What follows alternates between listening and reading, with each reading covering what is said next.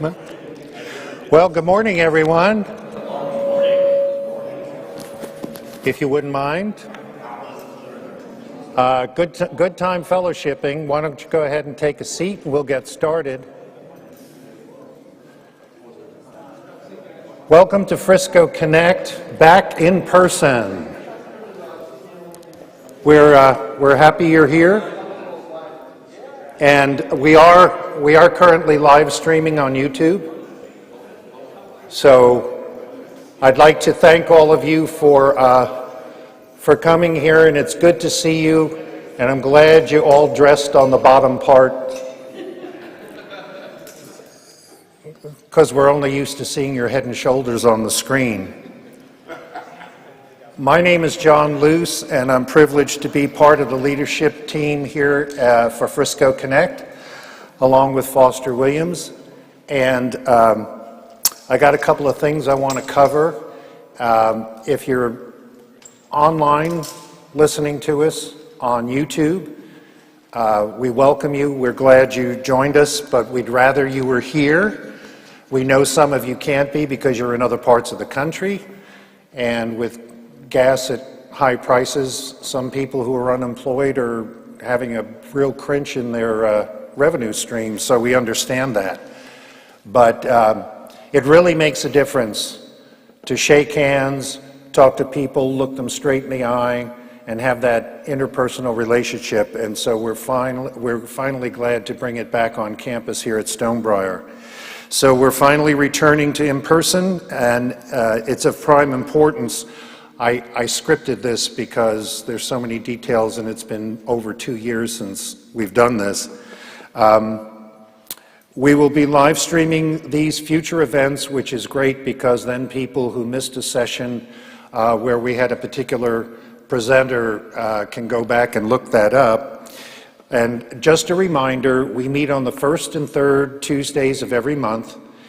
For instance, next month, the month of May, there are 5 Tuesdays. We do not meet on that last Tuesday in May, just the first and third Tuesdays.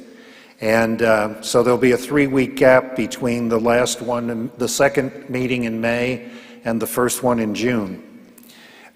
We've had, as I mentioned before, we've had many other parts of the U.S. join us when we were meeting online.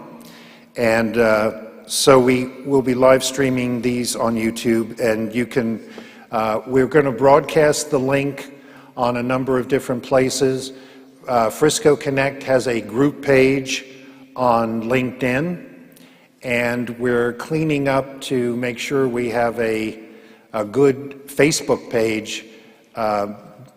One of our team members is addressing that. So we've got comments turned on the live stream, and Bill Richardson is monitoring that, so if people have questions or comments, those can be shared in the meeting. So to recap, we're sponsored by Stonebriar Community Church, where we see our mission as glorifying God by encouraging all people to pursue a joyous, lifelong relationship with Jesus Christ. Put simply, we exist to love God and love others. And Frisco Connect is a ministry whose objective is to go and be, to help the community as we are led in the search for employment. With that in mind, we, as we normally do, open up in a word of prayer. So if you wouldn't mind joining me, we'll do that now.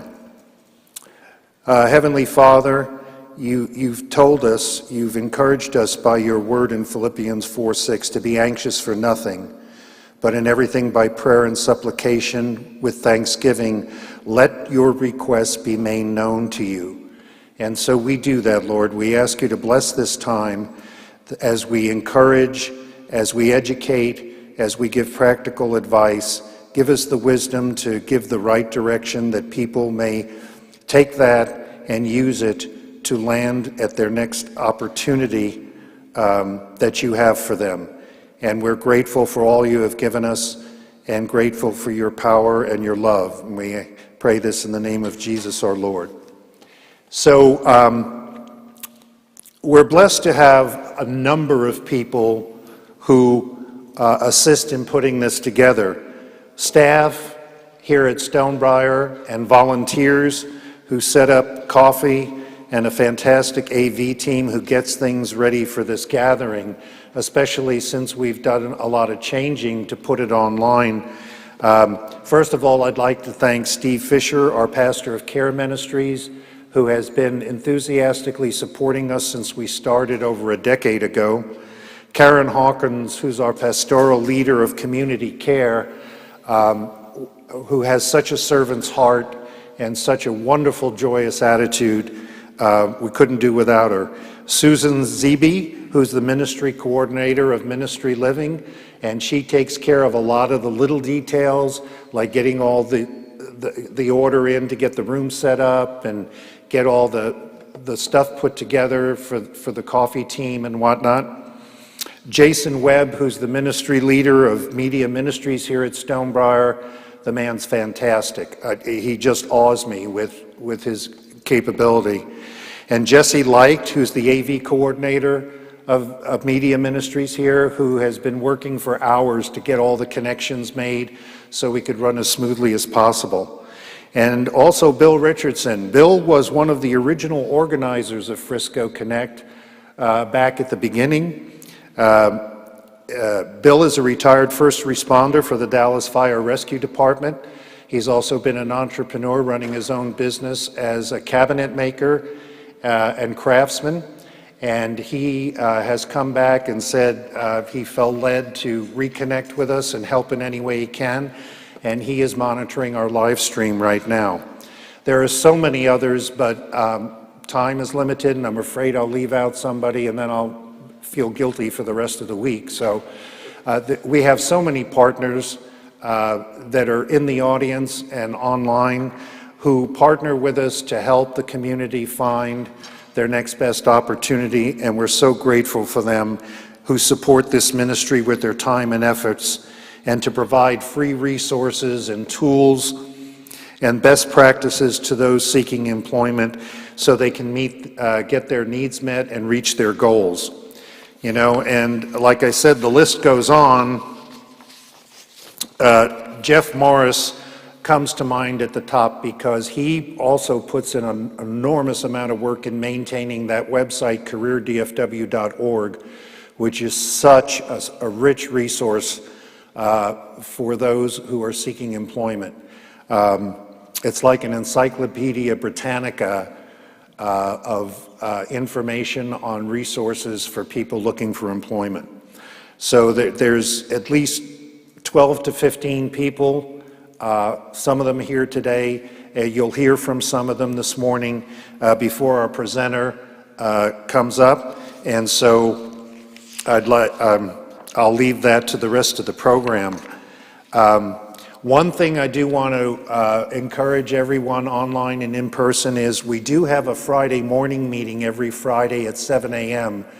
called Reach Up, Reach Out, meaning reaching one hand up to God, one hand out to each other.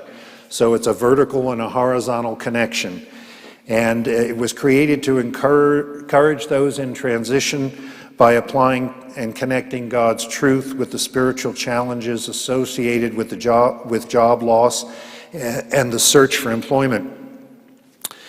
It's led by Stonebriar pastors, Steve Fisher, who I mentioned before, and volunteers, and we meet as a group to discuss, encourage, and pray for one another in excuse me, in the walk toward employment.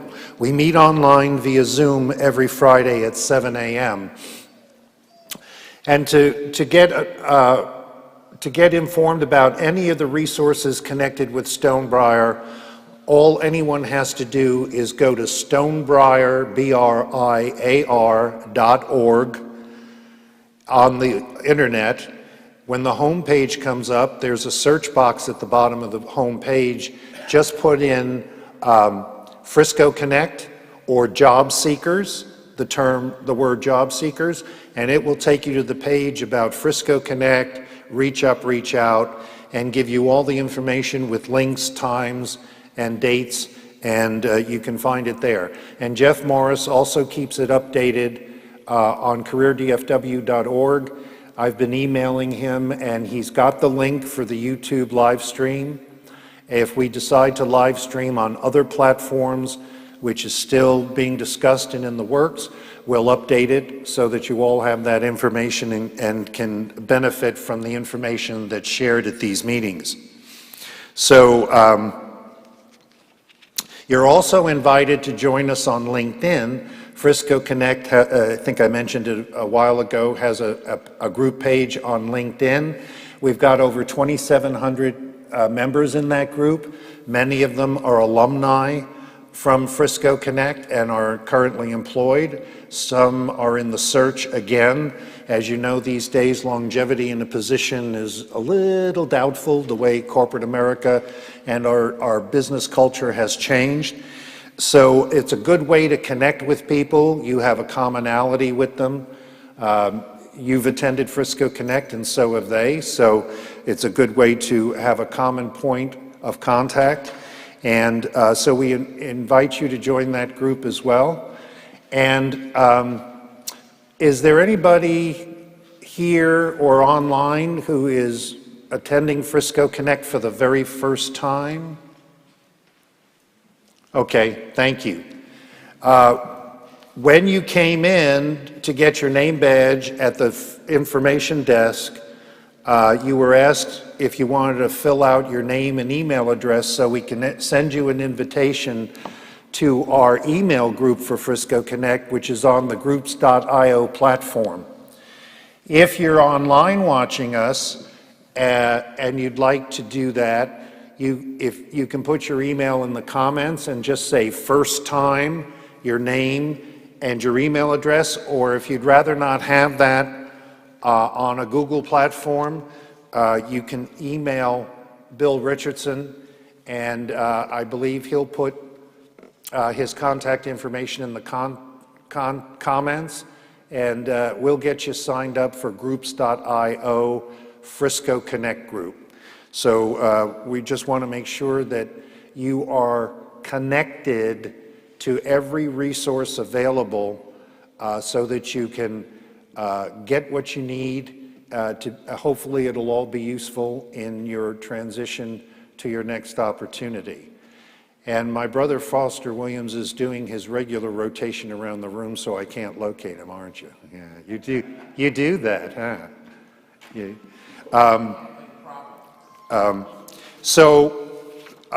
that's as much as I'm going to give you right now. I'm finished boring you, and so I'm going to turn it over. Were you going to say something, Foster? Oh, of course. Oh, okay. Well, we're going to unmute. Huh? Yes, I did, sir.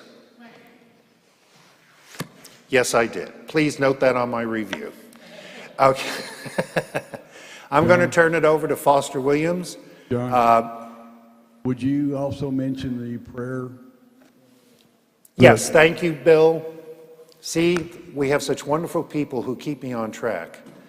On your tables, there is a form. It's a white piece of paper about 3 by 5 or 4 by 6, and it has Frisco Connect on it in red. That's a form you can use to give us feedback. Of course, online, you can give us feedback in your comments. You can give us feedback if you join the groups.io platform. But on that page, on that paper, you can give us feedback on what we can do better, what needs are not being addressed that you haven't experienced in any groups you've gone to, what you think needs attention. You can also, on those forms, put a prayer request. On the flip side of those forms are prayer requests. And I will give Bill Richardson the email address to put on the comments for the online people on YouTube. There's an email address where you can send prayer requests to us. It's a monitored email address. It's secure, and none of the information is shared with anybody except me and Bill Richardson and Foster. We just keep it among ourselves. We don't share that with anybody because we leave that up to your discretion. But If you have a prayer request and you fill that out, you can just put it on the back table, or we'll monitor it from the YouTube session. And we have people here at Stonebriar. They're a team led by a gentleman by the name of Ed Mendlick, who's a member here at Stonebriar, and they pray over those requests faithfully, because we do believe in a God who hears prayer and answers that prayer. Sometimes the answer is not what we're looking for, but it's the right answer. So don't be shy about requesting prayer for your journey in your search for employment. So, thank you, Bill. I appreciate that. That's it for me, Foster. So, Hey, John, one other thing, folks. If you need to go to the restroom. Thank you. Housekeeping. To the I'll other do side it. over here. Yeah, go ahead. If you need to use the restroom here on site, please use those doors over there and turn left. We have restrooms here, but they're closed. They're under construction. So over here on this side of the room, out the door, turn left. Is just a short way down the hall. And we've got coffee and water on the table. If you're online, it's BYOB of water. Okay, and that's about all we need to know. If you have a phone call that you need to answer, feel free to do that. If you just go out the doors here that you came in, there's plenty of open space where you can have a semi-private conversation with your caller, and hopefully it's the recruiter who's got an offer for you. We're praying for that. But if you need to have a phone conversation, or if you need to have a one-on-one with one of our many supporters that you're going to meet in a minute, take it out the side so that we don't have all that peripheral noise going online and out to the world. So, I think I'm done now, Foster. Are you sure? No, never.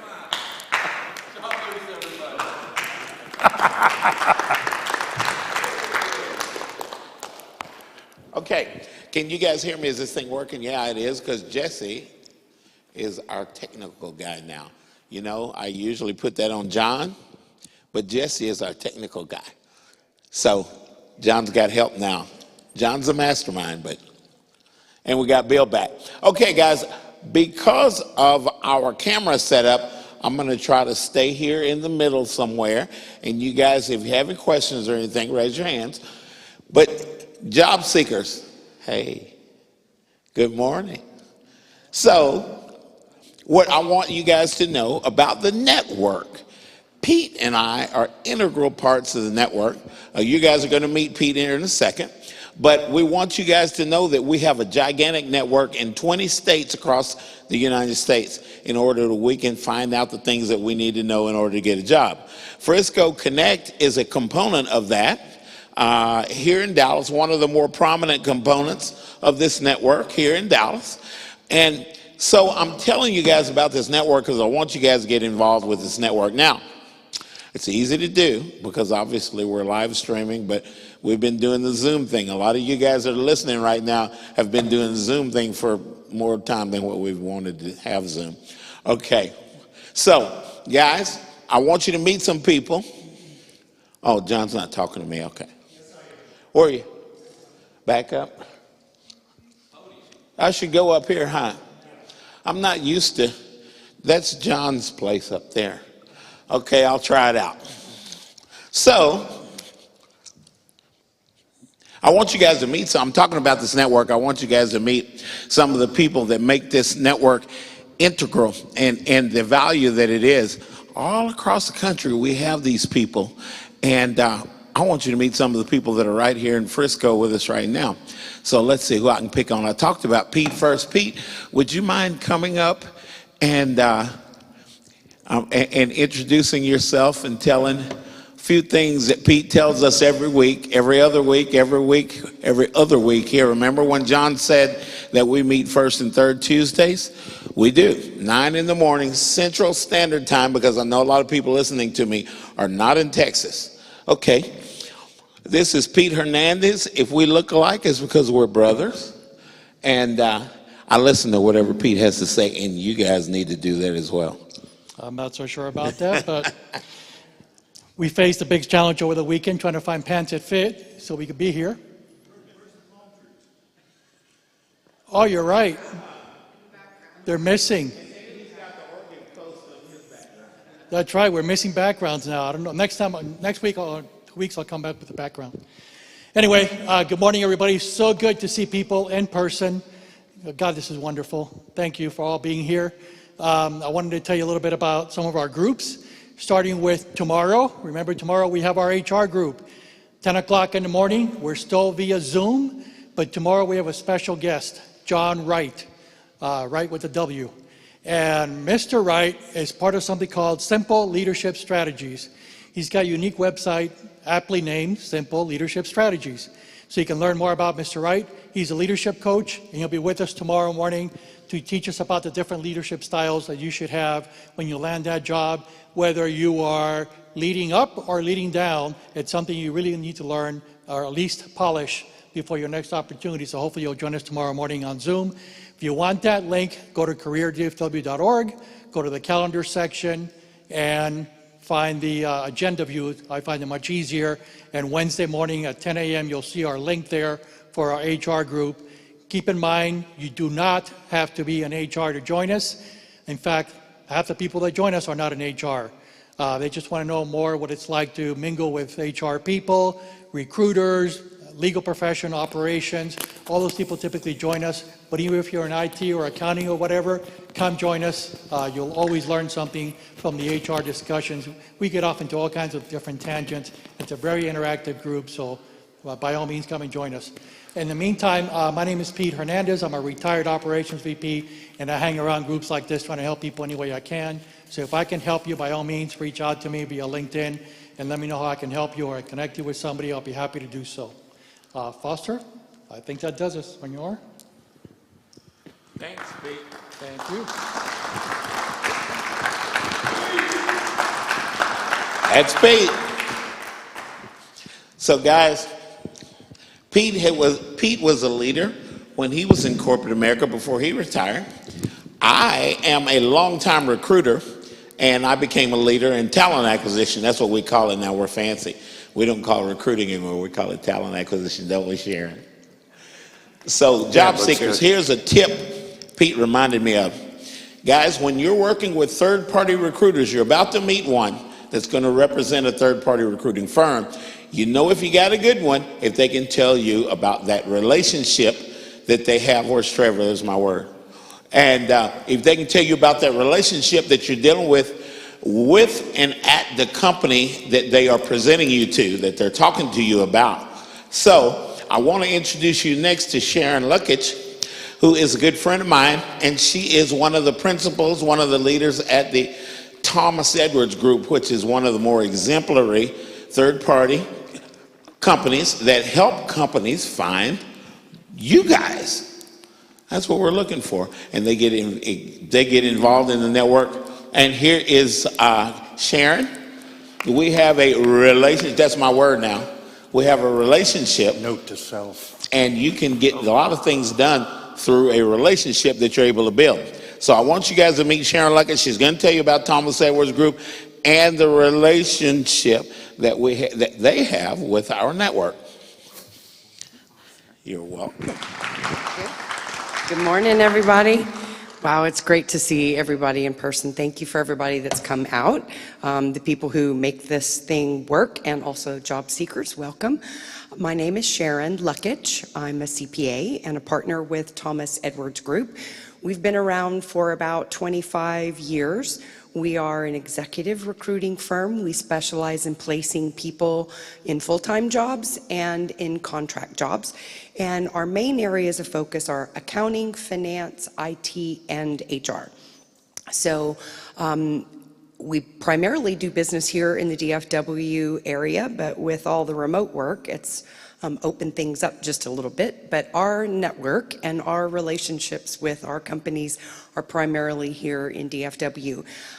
So please feel free to connect with me on LinkedIn, even if you're not in one of those disciplines. If there's any way that I can help you, I'm happy to do that. Just a couple of the jobs that we've got. that we're working on. We're working on some CFO jobs. We're working on Director of Internal Controls. We've got a payroll manager job that we're working on. We also have some jobs in HR. We have a Director of HR, some compensation analyst jobs that we're working on. And in IT, we've got a full stack developer. We have all those other things on my CPA that I can't really pronounce, like NetSuite, subject matter expert. But we are also looking for recruiters or talent acquisition specialists to come to work for Thomas Edwards Group. We have an office in Dallas and we have one in Fort Worth. And so if you have a passion for helping people and maybe going into recruiting is something that you've thought about, I'd be happy to visit with you about it. You could come join the TEG family. Is that it? Okay, I'm just making sure I'm covering all the bases. Thank you guys, welcome. Thank you, Foster. Thank you, Sharon. Thank you for you guys and the relationship that we have with your company. Okay, guys, now I want you to meet a fellow that is, I guess we could say he is directionally challenged. He's kind of short, you know. He knows what I'm talking about. He's already laughing. His name is Mike Ray. Here's why I want you guys to meet Mike Ray. A lot of times we don't know what companies we want to work for. Now, obviously, as a recruiter, I'm going to tell you this. The companies that do what our previous company did and embrace our area of expertise are the ones that we're going to want to find, because those are going to be the ones that we're a good fit for. And when we apply for the jobs, those are the recruiters that will call us back. You know, you guys have been getting crickets. I've been hearing that you guys have been listening to crickets. We don't like crickets. We don't like that. So you guys keep praying. And Mike here is going to tell you guys how you might be able to find one of those companies that match exactly what your area of expertise has been and your interest. Okay. You stay there, I'll stay here, and I can. Let me give him. We can see eye to eye. Okay. That's true. Mike doesn't even need to come up here. I'll let him come up here if he wants to. Thank you, Foster. Good morning, everybody. Would it be better up here? Golly. Good morning, everybody. My name is Mike Ray. I'm a Vice President or Director of Marketing and Product Transformation, Customer Satisfaction, Company Results, Mike Ray. And just to give you an idea of what Foster is referring to, we identified a tool that can assist us in identifying our target companies. In the job search mode, one of the things that we found out was there's a tool that we can use that's a free tool available through most of our public libraries. And this is not limited only to Texas. It's also included in other states as well. So if you're looking at us online from another state, check with your local library and see if you can't find this tool. It's called Reference Solutions. It's available through a company called Data Axle. And in the state of Texas, it's free through most of our public libraries. And it's a tool, it's a database that helps you identify your target companies. And you can research companies either by industry, by location, or by company demographics.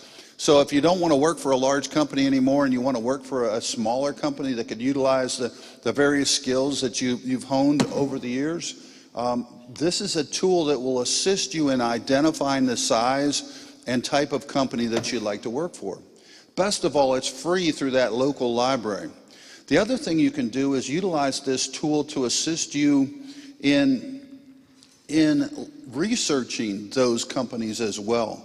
And so as you get calls from recruiters or as you network into these various companies, you can learn more about the companies and what they're working on and develop a set of questions to ask as you're working with these companies and recruiters, and so that you have some background and understand the culture of the company. And so that's very important. Just to let you know, it's available free, and we have posted out on careerdfw.org. We posted our presentations, so you're welcome to attend or to go out to the site, look in the resources section, and find the information. We've got a video out there that walks you through the process. We also have a set of slides that walks through the process, a PowerPoint presentation in the resources section. And that's something that we're trying to assist you and make it easier for you.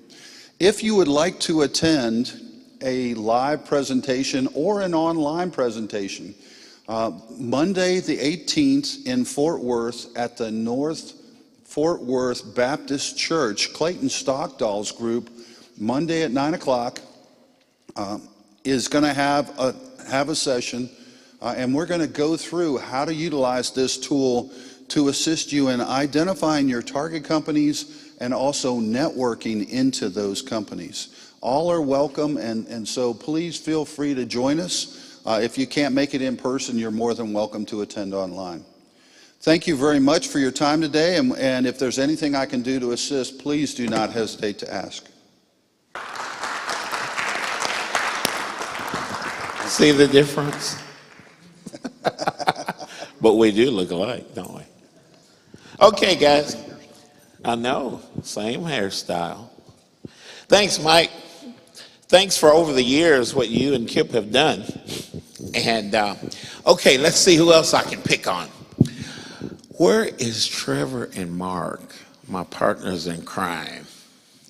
I want you guys to meet every Wednesday. You guys get a chance to see. If you're on LinkedIn, and most job seekers, y'all better be on LinkedIn. The Who You Know Job Networking Show, because it is all about who you know. You will be surprised. You're going to hear these guys strengthen what I just said. And every Wednesday, we're there on YouTube. We're there live on Facebook. We're there live on, well, I said LinkedIn, didn't I? Those three are the bigs. So that's what we're going to encompass most of the people. So these guys are going to tell you about the show. They're going to tell you about some of the things that have developed from this very group here that we use to strengthen you guys in job search. Okay, Trevor Houston's the first one, and you guys all know Trevor Houston's like a national hero now. Come on up, Trevor. All right. You got a donut, that's good. Let's go. Okay. All right. Yeah, I'll give you that thing. So, all right. I'm going to go look in that donut thing myself. Well, the first thing I want to do, okay, because it's been 2 years, so we've had a lot of landings in the last 2 years. I just thought I would go ahead and take a bite, you know, because these donuts are good, y'all. I'm just saying, there's a box back there. I got that. For all the job seekers in the last 2 years, okay, since we've been in this room, let's give a round of applause. Come on.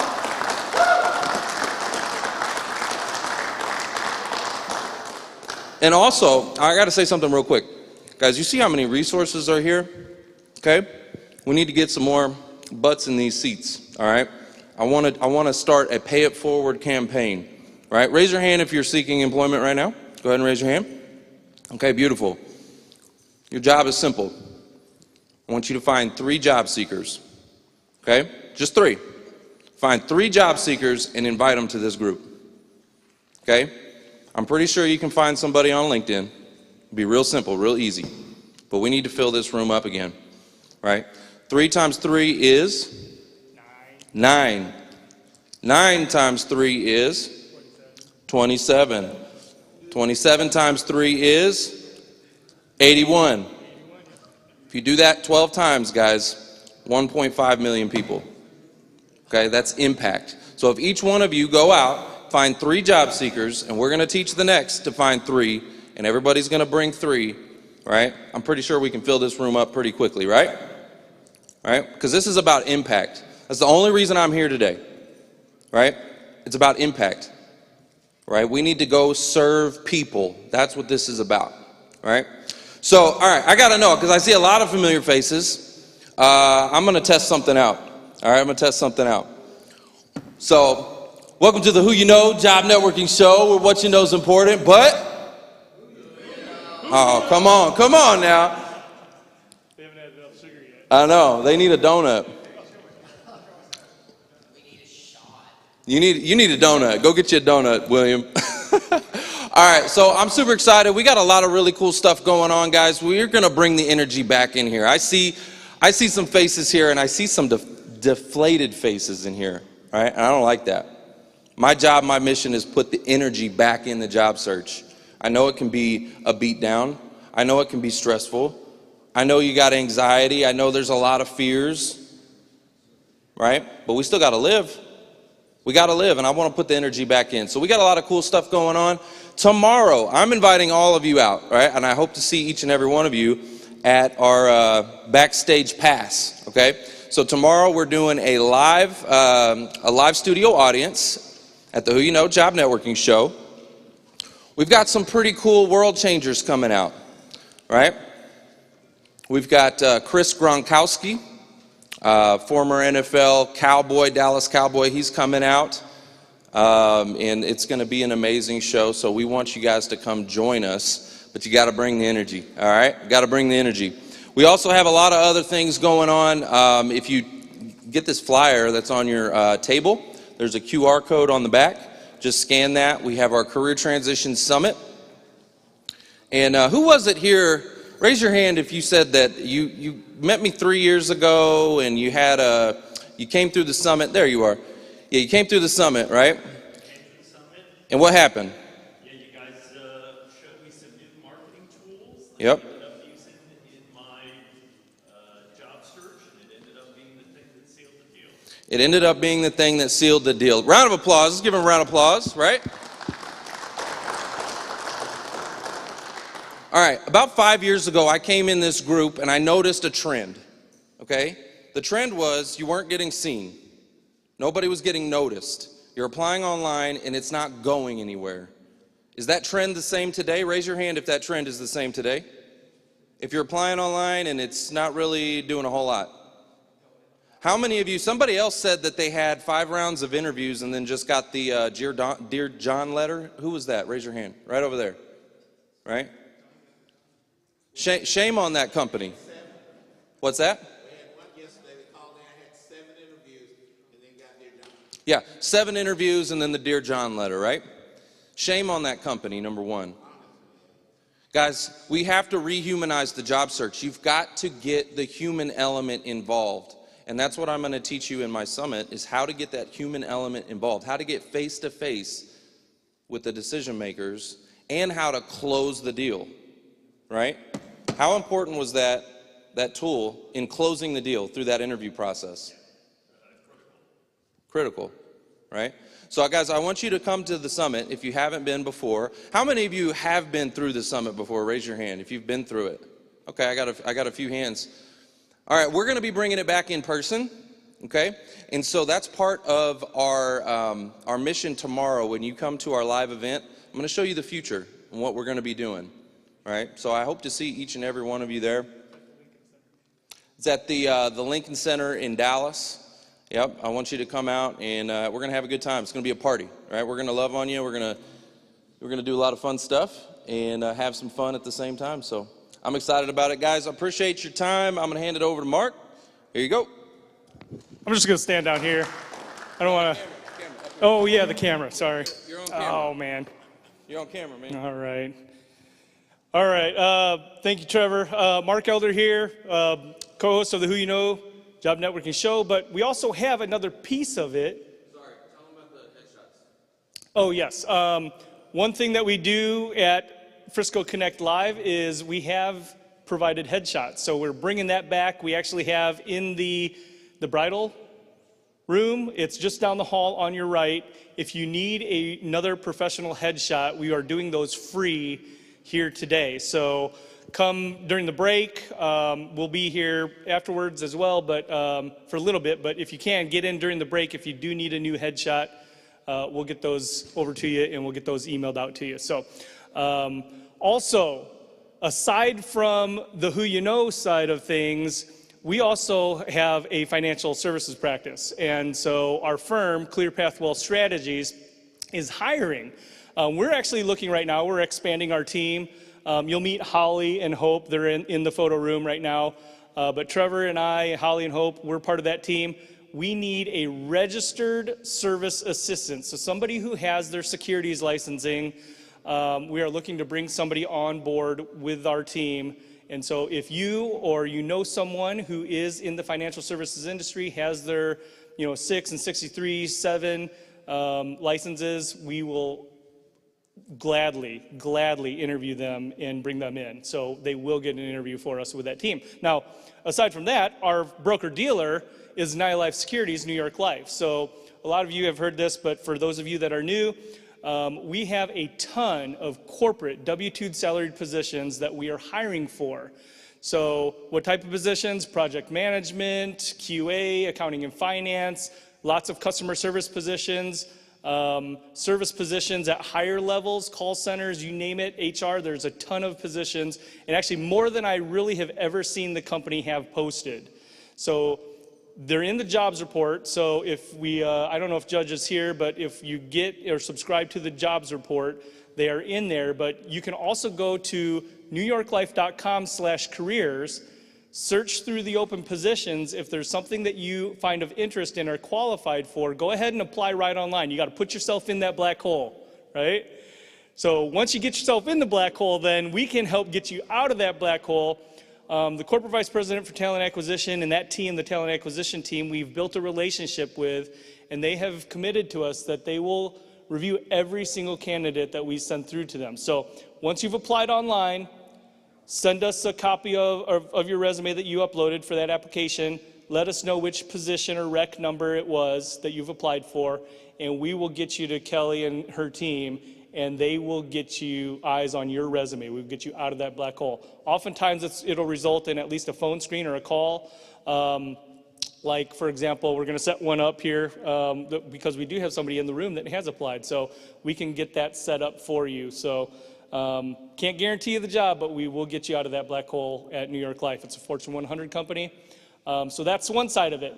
Now, our firm and our practice, Clear Path Wealth Strategies, we also, are in the field side of the financial services industry. So like Bob and Rob and some others here may talk about, they're also hiring, right? And it's a fantastic career. Like Bob Ernst says, it's recession-proof, right? You'll never get a pink slip because when financial times are tough, that's when more people need help.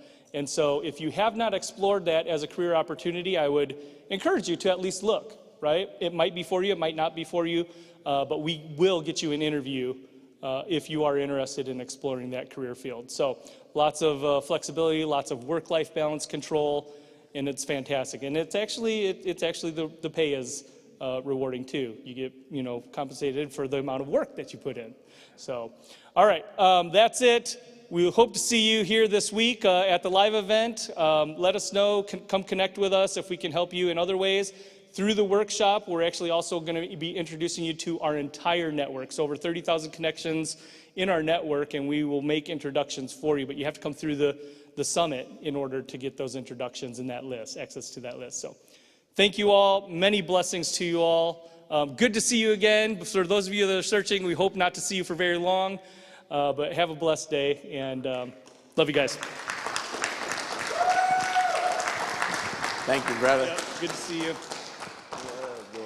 Hey, yes. yes, if you want to, also, if people are going to be coming for pictures, if people are coming for pictures, you can sign up, and if you don't have time during the break, then we'll get you right afterwards. Absolutely. So job seekers, you guys are starting to see the power of this network. There's a lot of people that are here to help you. Guys, I'm going to tell you something real simple, and you're going to say, guy's crazy, but I'm telling you the truth.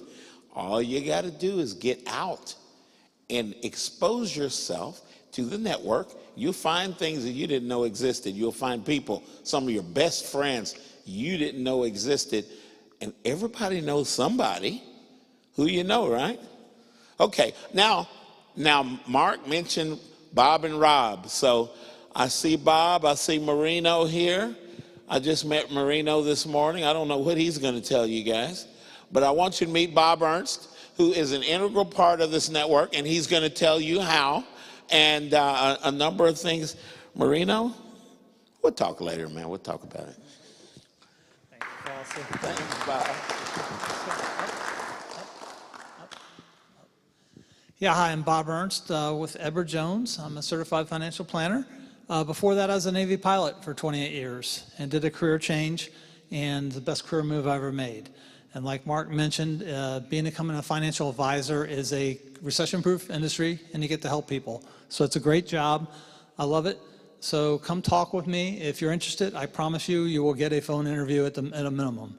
You won't go into a black hole. We have a relationship with our recruiting folks. So talk with myself or Rob Farish over there. And then it's, it's where you can take it from there. It just depends on you. So it's a great opportunity. The other thing is connect with the folks here that are here to help, because we have recruiters reaching out to us all the time. So I've had recruiters reaching out to me for project managers, program managers, sales jobs, all type of industries. So connect with us and let us know how we can help you out. We'd be glad to do that. My buddy here, Marino, is a future service dog for Canine Companions for Independence. And they'll spend $50,000 training dogs up and give them to people with disabilities, veterans with PTSD. They'll put a couple of them in the federal court system, so if a little child has to testify at a trial, the dog will go up there with them. So it's a great program. It's a great volunteer thing I get to do with these dogs. They're great dogs. So if you know anybody that needs a service dog, let us know. We connected with folks at Awana on Sunday night, but let us know and we'll see if we can help you out in that area. Bob Ernst, last name is spelled E-R-N-S-T. Let me know how I can help you out. Thank you.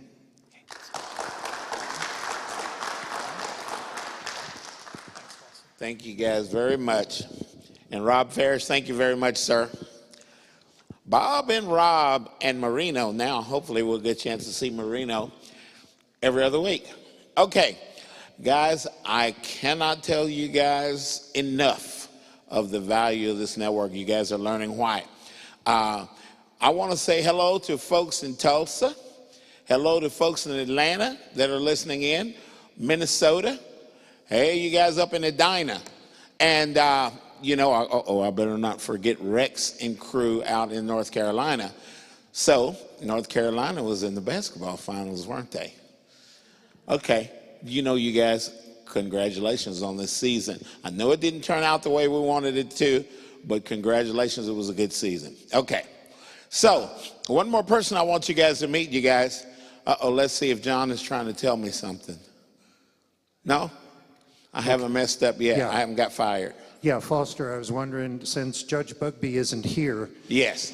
I'm gonna put up the slide on the job report and give people a summary of what that is and how it can help them.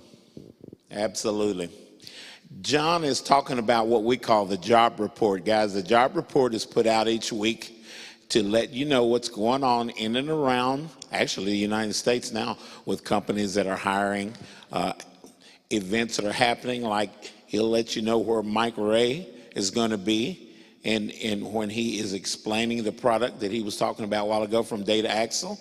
Reference Solutions now. It was Reference USA, and now it's called Reference Solutions because they got bought. You companies keep buying people. Anyway, that's part of our change. Okay, so I am looking for Mark Mcdonald, guys. Now, let me tell you about Mark. Tremendous impact. The pit crew is what we're talking about. No, we're not talking about racing this time, but you can make an analogy. The pit crew is a practice interview team. Mark is going to tell you all about it, as he is the founder, producer, head cook, and bottle washer, or whatever else you want to call him. He's one of the nicest guys you'll ever meet. But he will prepare you for that job that you're about to interview for, because sometimes, we go through 5 interviews and get the Dear John letter. Trevor was talking about that. We can maybe try to avoid that in a number of ways. Okay, this good-looking fella here is Mark, and I'm going to get out of the way and let him talk. Thanks, Foster.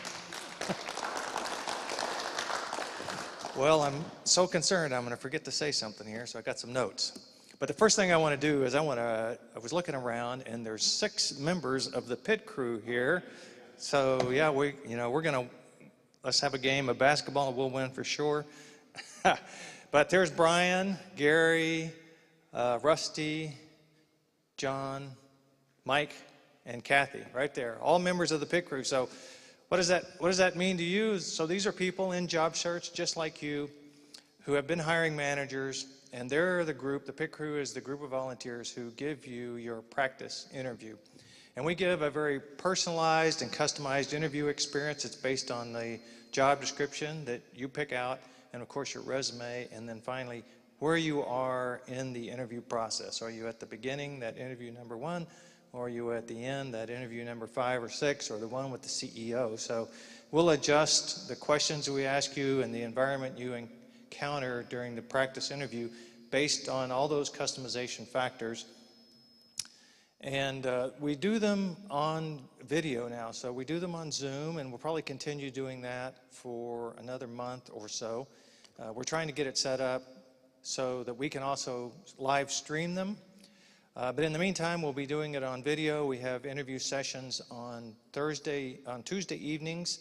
So if you're from out of town or if you work, Tuesday evening might be a good option for you. We have them on Wednesday afternoon at 1 o'clock and Thursday afternoon at 3 o'clock. So there's 4 slots available during the week, and next week is completely open, and that's usually the case. I'm usually not booked much more than a week in advance. So if you'd like to have a practice interview, send me your resume to dallaspitcrew@gmail.com. Include the job description that you've picked out and the day that you'd like to have your practice interview, Tuesday, Wednesday, or Thursday, and I'll go to work setting that up for you. Now, it takes a couple of days to get an interview squared away because we do study in advance. We get prepared for your interview.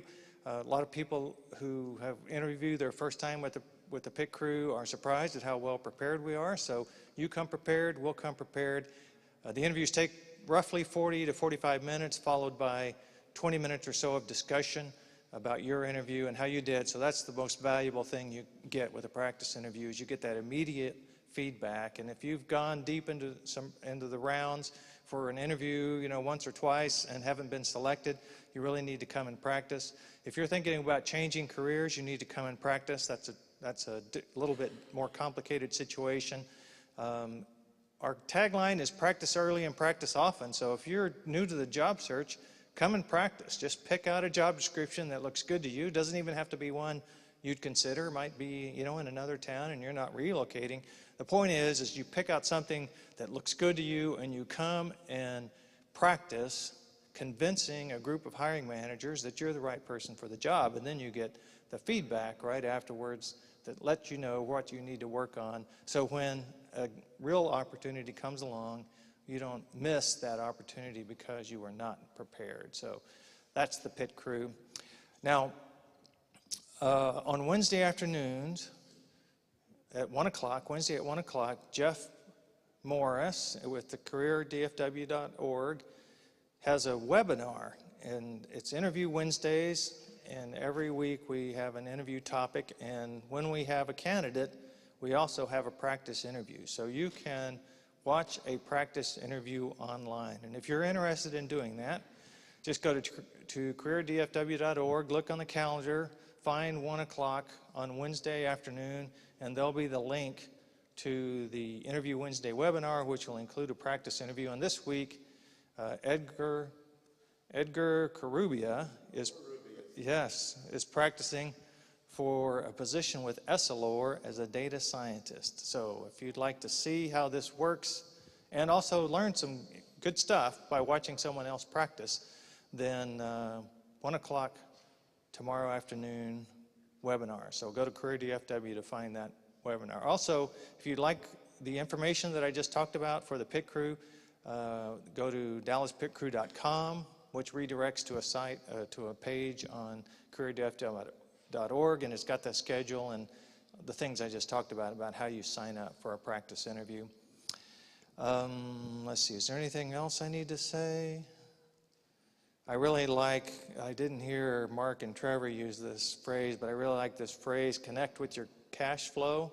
Give them credit for that. That's a great phrase, and that's what the pit crew is all about too. So just let me finish up by saying, before COVID came, people in this group, middle-aged job seekers, got an interview opportunity about once per month, and I think that's probably still pretty good. I mean, that was Trevor's information. And so that's an interview cycle, right? So if you are well prepared and have practiced, and you can practice as many times as you like, I forgot to say that. The record is 9 times in 1 year. So until you practice more than 9 times in 1 year, you're not breaking any new ground with the pit crew. So we're used to that. But, if you can slice off a month or 2 or 3 months off your job search because you're better prepared, especially your interviewing skills, that's worth a lot of money to you. So don't hesitate. Reach out to me. We'll get you a practice interview. Thanks. Hey, Mark, I have one question. Are you still doing the, offering the one-way video interview option? Yes, still doing that. And send me an email if you'd like to do a one-way video interview at dallaspitcrew@gmail.com. So Jeff Morris lined up a tool for us. It's called Easy Hire. It's a tool that companies purchase, but it was volunteered to Jeff, and so the pit crew has access to that. And I just had someone do a one-way practice interview. They did it twice last week, getting prepared for a one-way interview today. And so this is where you just talk to a video bot. It's very, I would say, distracting. It's a different experience. So I make it really easy. I'll give you the questions in advance. There's only 4 of them.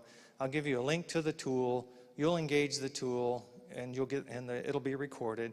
And then I get a copy of the video, which I'm not going to look at, but I'll send it directly to you. And then you can look and see how you did in this one-way video experience. And so the person I'm talking about who did it last week did it twice because, the first time they thought they could do better, so they did it twice. So it's just that simple and just that quick if you'd like to practice a one-way video. And why Thanks, would John. I want to practice that? Why would one practice that? Because companies are using this more and more to screen people out, and it makes some sense. With just a tool, they get a copy of your video answering the questions that they pick. They can share that around, and multiple people can look at it afterwards to make an assessment on your candidacy. So, you've got to be pretty sharp. And let me just, since John asked, when we were evaluating this tool, the company sent us some examples of practice interviews that people had done on the one-way interview, and I got to say they were terribly boring, terribly boring. I wouldn't want to be a hiring manager, have to watch those interviews. So it's a good idea. It's a good way, really, to practice what you learn in Trevor's and Mark's workshop, okay, which is drawing attention to yourself. And it's a challenging thing to do, I got to say. It's just a challenging thing to do because there is no feedback at all. It's just you talking to your computer, and it's not even like being on a Zoom call, because in a Zoom call you see other people. You get a little feedback from their facial expressions, but in this situation, not at all. So if you want to practice a one-way interview, it's very straightforward and simple. Just send me an email and we'll get you going. Anything else, John? No, that's it. Thank you very much for addressing that. Thanks a lot, Mark. But Foster, if you don't mind, I'd like to talk about the job report just one more time. Oh, yeah. Since Judge isn't here. What the job report is, and I'll get up on stage so you don't Get up there so we can see look you. at a blank camera screen and hear this strange voice. What the job report is the Monday before every Frisco Connect meeting, which is on the first and third Tuesdays of the month, so the first and third Mondays, Judge sends out this report, and it covers all the activity between the next day, Tuesday, Frisco Connect meeting, and whenever the next one is scheduled. And it is a very comprehensive list of all the activities, workshops, presentations, group meetings, and everything that are occurring between Frisco Connect meetings. And you can sign up. I've got the slide up. All you do is send an email to thejobreportfc@gmail.com. All you do is put job report in the subject line and nothing else. And he will send you out the job report every Monday before a Frisco Connect meeting. You can unsubscribe at any time. And besides the activities that are occurring between our meetings, he also has a plethora of information on job openings that are provided by various entities in the DFW area, and also the New York Life, their spreadsheets that are attached to it. And it's done in a very, very easy, readable format. It's sent out regularly, and it's just a good way to organize your time, look at available resources, and schedule what you want to participate in. So it's an excellent, excellent tool, and you don't have to worry about it. It'll be in your inbox on the first and third Mondays of every month, and you can unsubscribe at any time. So I really strongly suggest that try it out, and if you don't like it, you can unsubscribe. So the job report, fc@gmail.com, job report in the subject line, and that's all you got to do. And take a look at it, evaluate it. If it works, great. If it doesn't, you can unsubscribe. But it's really, really a wonderful tool that he puts together. He puts a lot of work into it, so please give it a try. Thank you. That's all I wanted to say. That's all you want to say? Thank you, John. Come on up. Careful, careful, careful. I was waiting for somebody to make a boo-boo up here. Thought it'd be me. Guys, I mentioned earlier that I have been a recruiter for a long time. Towards the end of my career, I became a director of talent acquisition. So I've been around this recruiting game a little bit longer than I want to tell you. So I've been around so long that you guys now call me the job father. So guess who your job father is? So I want to tell you guys about the job father, Job Seeker Community Radio. Every Friday, guys, at 11 o'clock, you will see us on LinkedIn. You will see us on Twitter Live. You will see us on YouTube Live. You will see us on Facebook Live. And there are other platforms that I don't know. Probably Trevor knows a lot of these platforms that we show up on live. It is a 1-hour show, guys. It's devoted to job search. So the first half of the show, we will either bring a company in that is hiring, we will bring a Mike Ray in, or someone that has a product or some methodology that they want to teach us, job seekers, that are valuable to us job seekers to know when we're looking for a job. The second 30 minutes of the show, we have a job seeker spotlight. So we pick a job seeker that is currently in the market, and you guys get a chance to come on the show and say, hey, my name is Sharon Luckage, and I'm looking for a job. I'm picking on Sharon. Y'all, she already got a job. But Sharon, we've got to get you on the first half of the show. It is absolutely wonderful. It is streaming radio and podcast. So we stream radio all around the world. People are driving around listening to us in their cars. And you know what? It is tremendous, guys. That second half of the show, a number of people are getting calls because when a recruiter or a hiring manager from a company hears Sharon, I'm picking on Sharon, y'all. Sharon's not looking for a job. Don't call Sharon. When they hear Sharon on the show, they get a little bit of feel for how Sharon presents herself and such. And then we talk. Dana Gingrich and I are the hosts of the show, and we ask questions that are designed to help companies understand how they can apply the skills of the person that they're listening to. So this is every Friday at 11 o'clock. Now, guys, out in Atlanta, out in North Carolina, it's 12 o'clock you guys' time because you're an hour ahead of us, okay? And California, you're 2 hours behind us. We're Central Standard Time, 11 o'clock. Central Standard Time, look for us. I share the event notice every week. I share it all across the country. So whatever time slot you guys, remember it's Central Standard Time, so adjust that time. Okay? Wonderful show. Many of you guys that I'm seeing right now will eventually, if you're around that long, will get a chance to be on the show. And we have our wonderful Meg Rose Caterio right back there in the back, who is our support lady, our hype lady. And she is there, and you will see her making comments on the show, many things, and she shares. She has a really, really huge network, and she shares to her network because she cares. What does she care about, Foster? She cares about you guys' job search. We all have a heart that God gave us to help. Me, Mark, Trevor, all of us, guys, and that's what it's all about. Everybody that's listening to my voice right now, I know you guys care. Tell somebody about the job, Father. Pause for effect.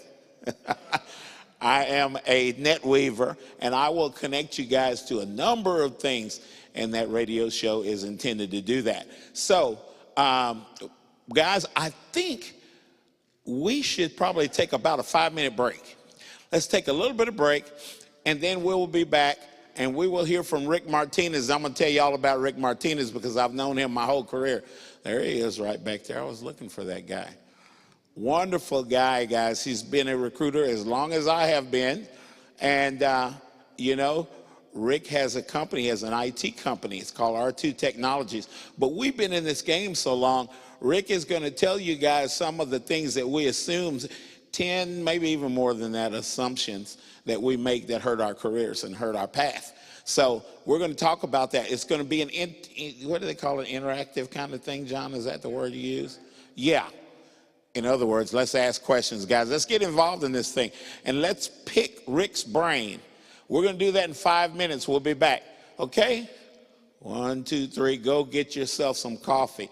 Remember, guys, the restrooms are through those doors to the left, and we'll be back. Headshots, guys. Trevor, come tell us real quick about the headshots again. All right, so we have our assistant set up with the photography, equipment and all that stuff right out in the bride's room. She is ready to go, so you can just pop in, get a professional headshot, and we'll email it out to you. There you go. Yes, sir. Thank you. You're welcome.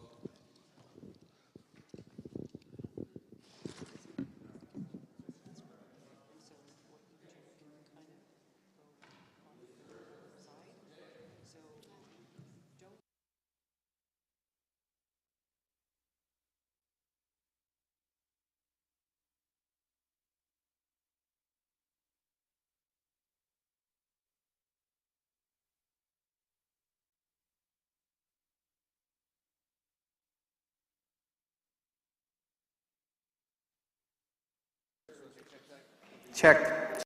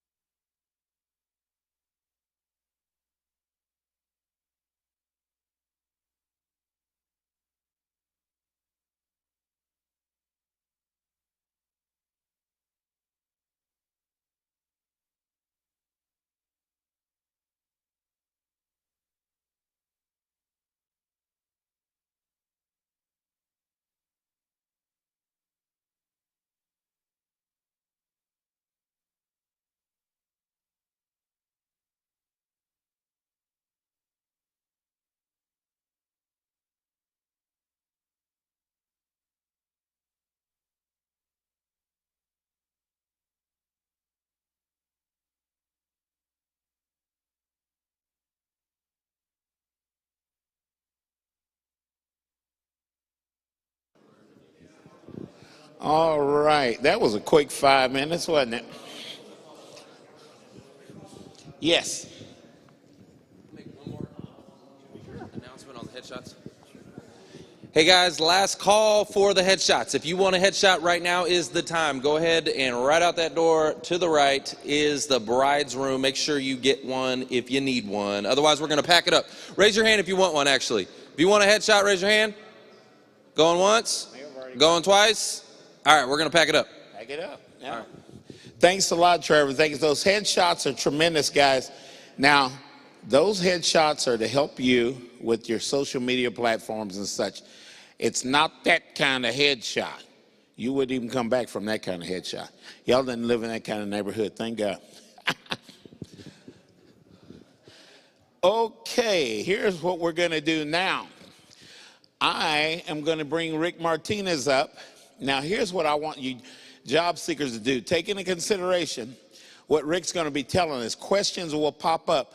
Do not hesitate to, Rick will tell you when to pose those questions, but do not hesitate to write those questions down. Keep them in your mind, whatever, because the conversation is what we want to happen, because we want you guys to get the answers that you need to get. You need to understand what it is that you're faced with. Job search has changed. Oh my God, has it changed in the last 2 years? But it had already changed in the 2 years previous to that. And Rick and I have been recruiters for a long time, and now we're leaders. And we get I guess we could say we had a 5,000-foot view, and now we got like a 50,000-foot view. But we are the job fathers of the time. Rick's actually more of a job father than I am. So come on up, Rick. R2 Technologies, guys. One quick little extra piece of housekeeping we forgot earlier. Go, Bill, absolutely. When you came in, you were given a name tag. Please make sure you wear that visibly at all times. The reason is because we have children in the building, and this is to make sure that we know who's here. If you're not wearing your name tag, you very well may be approached. So make sure you keep your name tag visible at all times. Thank you, sir. That is a very good piece of information that I forgot to tell you guys. Bill, remember, next time you won't have to do that. I'll do it. Okay, Rick Martinez. I call him Rico. I've known him a long time, y'all. Thank you. There you are, sir. Oh, you're already mic'd up. Perfect. I am. Perfect.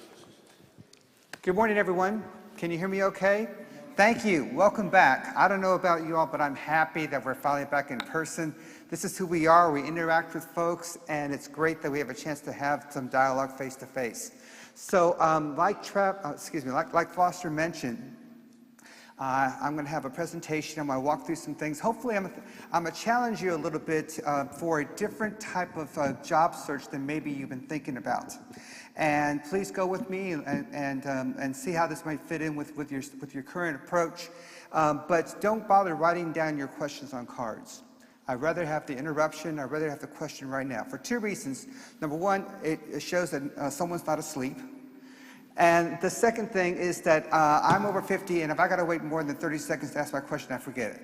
So I respect that to just go ahead and ask me any questions that you may have. Questions for me help with making sure I'm connecting with the audience. So if I go here for the next 40 minutes and we're all just staying silent like this, then I don't think I've hit the mark, you know. So now what I want to talk about is more specifically that all of you are in transition, looking for a new opportunity, looking to upgrade, find a better opportunity. One thing that you may not have been able to think about is contract positions. And what I want to do today is challenge you to let that be another part of your job search. You know, I'm sure how many of you are here looking for a permanent position? Is anybody looking for permanent? Okay, well, let me be honest with you. There are no such thing as permanent positions, right? The only thing that's permanent are death and taxes. Other than that, you have full-time positions and you have contract positions. And notice how I did one full-time position for the 5 or more, and I'm going to kind of explain that why. I'm going to tell you what the reason is behind that. So I'm going to talk about a little bit my journey, the marketplace. I'm sure you all want to hear about the DFW marketplace as well, about jobs in particular. I'm going to say who's hiring, who are the companies that are hiring, as well as what this gig economy, what the contract world may be, and then talk about this consulting role. So let me tell you a little bit about myself first. Go ahead, John. And so like Foster mentioned, I do have an IT placement firm. It's called R2 Technologies. We're based right here in West Plano at Preston and Park. And I've been in business, this will be my 25th year in business. But prior to that, I actually have a technology background. I graduated with a computer science degree. For my first 12 years of my profession, I actually worked in Fortune 100 companies. Out of college, Texas Instruments hired me. I worked in the defense area. From there, I had other positions at PepsiCo, Frito-Lay, Mobil Oil, Fidelity Investments. From there, I was interacting with a number of different projects, both leading and being an individual contributor, and working with third parties and consulting firms. And I said, wait, these consulting firms, they're really bringing the same talent that we have, just charging 3 times as much. And I think I can understand what that particular model is. That's when I started my company and talked about doing that. So I have been a job seeker. As an entrepreneur, every morning I wake up unemployed. And every morning I have to go ahead and see what I can do about generating revenue for both myself and my company. Okay, so let's talk. Can we go ahead and move forward, please? Hey, John, can you? And you can go to the next one. So let's talk about the economy. And more specifically, I used to talk about the Dallas economy, the Dallas-Fort Worth area, and then of course we have Irving, Arlington, and now we even have an Alliance Airport, and South Lake and Westlake, so now I'm saying North Texas. We now have North Texas. So let's talk about job growth and talk about North Texas. You are in a great area, meaning that the North Texas area, the DFW area, we are now the leaders in job creation across the nation. And so we've now beat out LA, San Jose, Chicago. We also have gone ahead and we've attracted a number of companies. I won't go down the path of reasons why, but both small and large companies. You know, McKesson, Charles Schwab, Amazon. If you go out to the airport, you see the 2 distribution centers out there of Amazon. Yes, you may not want to be a line worker or someone that's packaging goods, but guess what? There's a lot of ancillary positions. There's a lot of support roles. There's a lot of accounting, finance, marketing, sales, and other positions around the Amazon platform that could be opportunities for you. And also consider we have 102 at least. This is now about a month old. 102 companies evaluating Dallas-Fort Worth. We're already on their short list for moving here as well. And then in the last 24 months, we have had, I believe, 75 companies that have actually moved here. Now, one thing about it, we hear about those large companies. We hear about, like I said, the McKesson coming forward, the Charles Schwab. Guess what? With each one of those moves, there are a number of vendors that are also creating offices, expanding offices, growing offices in that same area. Why? To service these big boys. So yes, you want to put on your radar, you want to be able to look at some of these companies that are right here now that are showing opportunities, but go and find who their vendors are. I don't know who their vendors are. They're publicly traded. In their annual reports, they say who their key partners are, who their vendors are, who are some of the companies that they are servicing with. Go and find those companies. Why? Because, again, a number of reasons. Firstly, you have more opportunities for you to go ahead and apply and seek out those jobs. Number 2, fewer competition. A lot of other people are trying to get that job at Amazon, trying to get the job at some other location. You're going after their partners, their vendors, their suppliers, so they're not going to be looking there. That's another opportunity, a chance for you to do. So, and we can go on to the next. So that's one of the reasons you want to do that. That's the great thing about here in North Texas, and that's continuing. It didn't, during COVID, it did not stop. Companies will continue to relocate here. So in the labor market, now you may have read different things. The unemployment rate, wow, this is the lowest. I've been giving different presentations for the last 5 to 7 years. Nationally, as of this morning, national unemployment is 3.6. Texas is slightly higher, 4.7, 1 percentage point difference. The question is what is that coming from? I don't have an exact reason. I haven't talked to any economists about this. Just from the standpoint of my guess, it could be because of the transportation and the luxury businesses here in Texas. Those have not, you go to any airport, you'll start seeing full planes, but you don't see the number of flights and the number of connections that we had before. Yes, please. When you see a national rate of unemployment, do they base that on the people that are currently getting unemployment and so they can track it? And thus the people that retire or have said, I've had enough of this, I'm not going to, or I've run out of my unemployment checks, I don't get counted anymore, so they drop off the poll? So the way that I understand it, and someone else may be more versed about this than I am, it's people that are have applied for unemployment. They actually do these surveys. You may get these calls, especially if you have a landline. They actually the Department of Labor actually calls people and asks them, "Are you working? Are you not working? Are you looking for work?" And the third ones are people in transition that are about to start looking. For someone that may have decided to take time off, maybe they have a health condition that they need things to be in a much better environment, that are not working, those are not counted. So, but that does bring in a question. May I ask your name? Mike, okay. Have any of you all heard me speak before, by some chance? Just one, okay, great. Well, Mike, since you haven't, one thing that I do is I always give a gift card to my first question. So Mike, come on up here and get $25 Amazon gift card. How about that?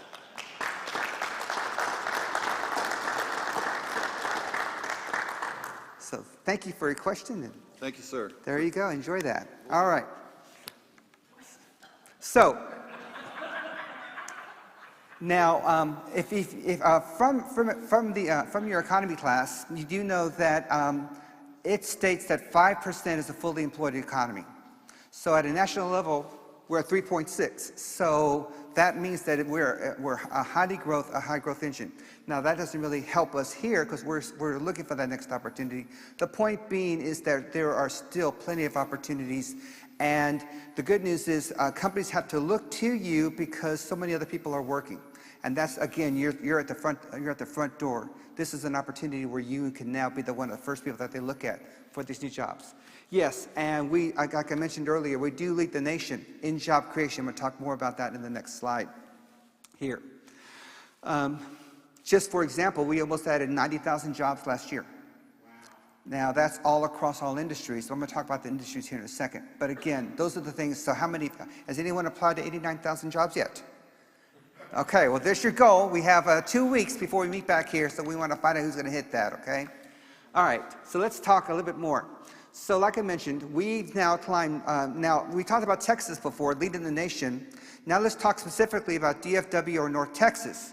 We now have climbed to number 3 in job creation and job opportunity across, and this is now looking at the various metropolitan areas, the New York, New Jersey, the Chicago, the Silicon Valley, the Atlanta, the Midwest and all. So we're number 3, and that's moving up from number 4 just this past February. We've added jobs across all industries. Well, I don't know because I happen to be in retail. I don't know if that's going to happen as Neiman Marcus. Yes, all industries are growing and that job selection is going across all the different industries there. So again, my goal is to show you that there's opportunities out there for you to just go and open and find the right one there. Believe it or not, leisure and hospitality are coming back. They're actually the strongest right now in North Texas. Reasons why, of course, American Airlines, Southwest Airlines, the hospitality groups. and Hillwood and all. So those are the things there. And then, of course, the other ones followed by construction. I mean, driving up here, did you see the big crane just about a couple blocks south of here? I mean, holy cow. It's about as everywhere as you can be. So again, the point being, here's another 19,000 jobs in construction, 23,000 jobs in leisure and hospitality, and then of course professional and business services had almost 15,000 jobs as well. So again, you only need one, but you know there's a lot out there for you to go ahead and pursue and go ahead and try to find. So go right ahead. So I've kind of talked about this. Other things to go ahead and do is, remember we talked about these companies moving in. 75 companies have moved in the last 24 months. New areas, I mean, just right now I was talking to John, and between now and the time I was here 2 years ago, now we are streaming live. Now we're forever going to be having this stored somewhere, somehow, and I gotta be more careful with what I say. But the point, and so the point being is that those are creating new jobs. The marketplace is creating new jobs. When was the last time? Well, I'm an accounting person. I mean, I need to find accounting jobs. I need to go to finance companies. Well, guess what? Social media companies are looking to have finance and accounting responsibilities and positions as well. Other things, entertainment, logistics. I mean, again, logistics has grown so much. I'm sure you've heard the joke where Amazon is your new pet, because there's a package waiting for you at the door every time you come home, right? So again, Amazon has all these different jobs, and those are logistics jobs that weren't on the radar just 2 and 3 years ago. And then, of course, because of this as well, I mean, we have Trevor now, and he's doing a broadcast. The Job Fathers every Friday with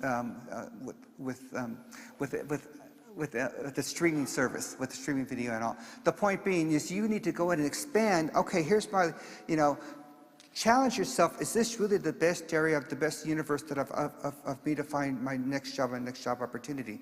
Where can I find jobs with my particular background in broadcasting, in social media, in logistics, things that I may not have ever worked before? Believe it or not, companies are looking for a variety of people's background and skills to come and join and be hired by their company. We've seen a change where a manufacturer does not only want to hire people that have a manufacturing background. Countless times we see they're more interested in seeing someone that has a complementary skill set, multiple industry knowledge to come in and work in their particular industry. So go and challenge yourself to find those other areas outside of your traditional ones that you've been looking at. Roger, I have a question. What about the younger generation? I hear what you're saying to those of us who've been around the block a couple of times, but what about for the new people in the job source, people coming out of higher education, college, and whatnot? You have any comments for them? So, John, is the question of people that are just entering the workforce? What is their best opportunity to find new jobs? Actually, maybe if this is the best way to answer it, companies directly, their talent acquisition firms, the companies that have HR departments, they are probably the best way to go ahead and channel and focus. This group, the other networking groups have still encouraged you to go through LinkedIn and find that connection and be able to find that one-on-one conversation with. But, and that still holds true as an entry-level person. But again, where you may be a CPA with an oil and gas background, you probably want to heavily network in order to find the next opportunity. Someone that's graduating with a 5 years accounting program at Texas A&M, their career services background, countless companies are going to them as well. But also the larger companies are hiring a dozen and 15 and 30 as opposed to where we're trying to address here, people that have been around 15, 20 years or so that are looking for that. Does that help answer your question? Yes, thank you. All right, let's go on to the next one. So how are we going to do this? So what am I getting to? And here's where I'm going to go. Here's the reason why I say this. Hopefully, if you can't read that first line, get up closer. Okay, by 2024, 18 months, 20 months from now, 64% of the jobs out there are going to be contract positions. Okay? That's almost Sorry? Say that again. Exactly. 64% of all jobs that are looking to hire are going to be contract roles. That's almost 2/3. So those of you that are only looking for permanent positions, what are you doing? You're leaving 2/3 of the opportunities on the table that you're not even focusing on. Okay? There's a number of reasons, and I'll be happy to go down that path if you have any questions about that. But that's just the economy. That's just the direction of industry today. Whether it is Fortune 100, it is startups, it is acquisitions, it is M&As, all of them are going down this path. So my whole point, if there's anything else to get from our presentation here, is take the time and look at those opportunities that could be contract positions. Well, I've had 15 years. I'm just looking for one more place to work at. I have 22 years of service. I want to find my place to be home. I want to be able to retire from there and get my 401k. Yeah, that's not the reality today. That's not going to be the best opportunity for you to find. Okay? Go ahead. Why? Okay. You can go back, please. So I'm not going to tell you all the reasons, but here are the ones that we see. It's cheaper. Okay, when a company has a full-time employee, what are they doing? They're paying salary, they're paying PTO, they're paying benefits, they're paying insurance, they're even paying equipment, they're paying for space, and the list can go on. They're paying for training, keeping someone outdated in their skills. Okay, whereas with a contract role, I have a project, I have a budget, I have a deliverable, move on. I have a new project. It may be, remember the old Mission Impossible? He created the team to put together specifically whether it's going to be the South African or the Arctic Circle. The team always changed. It was different, right? And they only came together for that one project, and then they said, see ya, right? That's the way the world is. That's 1A. Number 2, like John mentioned earlier, the millennials, the Gen Z, the Gen Z, they are looking for that flexibility. They've seen their parents get laid off. They see that no one else is going to watch out for them for themselves. So you know what? I just talked to a client. He just said, we were talking about a position. He said, you know what? My son would be good for this role, but it's right now, and he takes off February through May because he skis in Colorado for 3 months. He works 9 months a year. So they want that flexibility. Flexibility creates the demand for contract work. Someone else may want to go surfing. Someone else may want to be backpacking through Europe in the summertime. So that's right now, 60% of the job market are millennials. And so the market has to tailor to what they want, and that's flexibility. So we see this happening. Yes, sir. Hey, Rick, what percentage of the job search now do you think right now is contract? Okay, now so the question is, how much of today's job search is contract? Did you want to comment on that? I want to make sure I follow up that question. Are you talking about IT or in general? In general. Yeah, I don't know in general. I only know IT. And the answer is it's fluid. It changes. Today, believe it or not, we are about 60% contract, 40% full-time. Back in January, we were actually like 85% direct hire, 15% contract. Why? Because everyone got their headquarters allocation. Everyone got released of new roles. We had to fill that up. What's going to happen now in August, from August to fourth quarter, is contracts going to push way back up because all of a sudden managers and leaders are looking at their MBOs and looking at their year-end bonuses and said, I got to get this project in by year end. I need to get contract staff in order to fill that deliverable up so that I can make sure I get my pay. So the thing is, throughout the year, it does vacillate, but in general, and like I mentioned at the top of the slide, we're seeing last year at this time we were still about 60% direct hire, 40%. So from last year to now we've completely flipped. I don't expect us to go down less than 60% the rest of the year, just for this reason. I see more contracting going on in IT. Would you agree? Absolutely. Yeah. But I do see it in other industries. I have peers, colleagues that focus in marketing, that focus in sales, that focus in accounting, and they're seeing a lot more contract work as well. So it is going across industry-wide. And again, now this top, again, my top line here, 64% of all professional jobs, the word is all, across all industries, that's what we expect. And folks, that's 20 months from now. So that's why we're seeing it today, and that's why you can expect it's not going to change. So again, my goal here from this one thing that we get from our presentation is please keep that open, that option to look into contract positions. And you know what else happens? And again, I don't want to make anyone upset with this.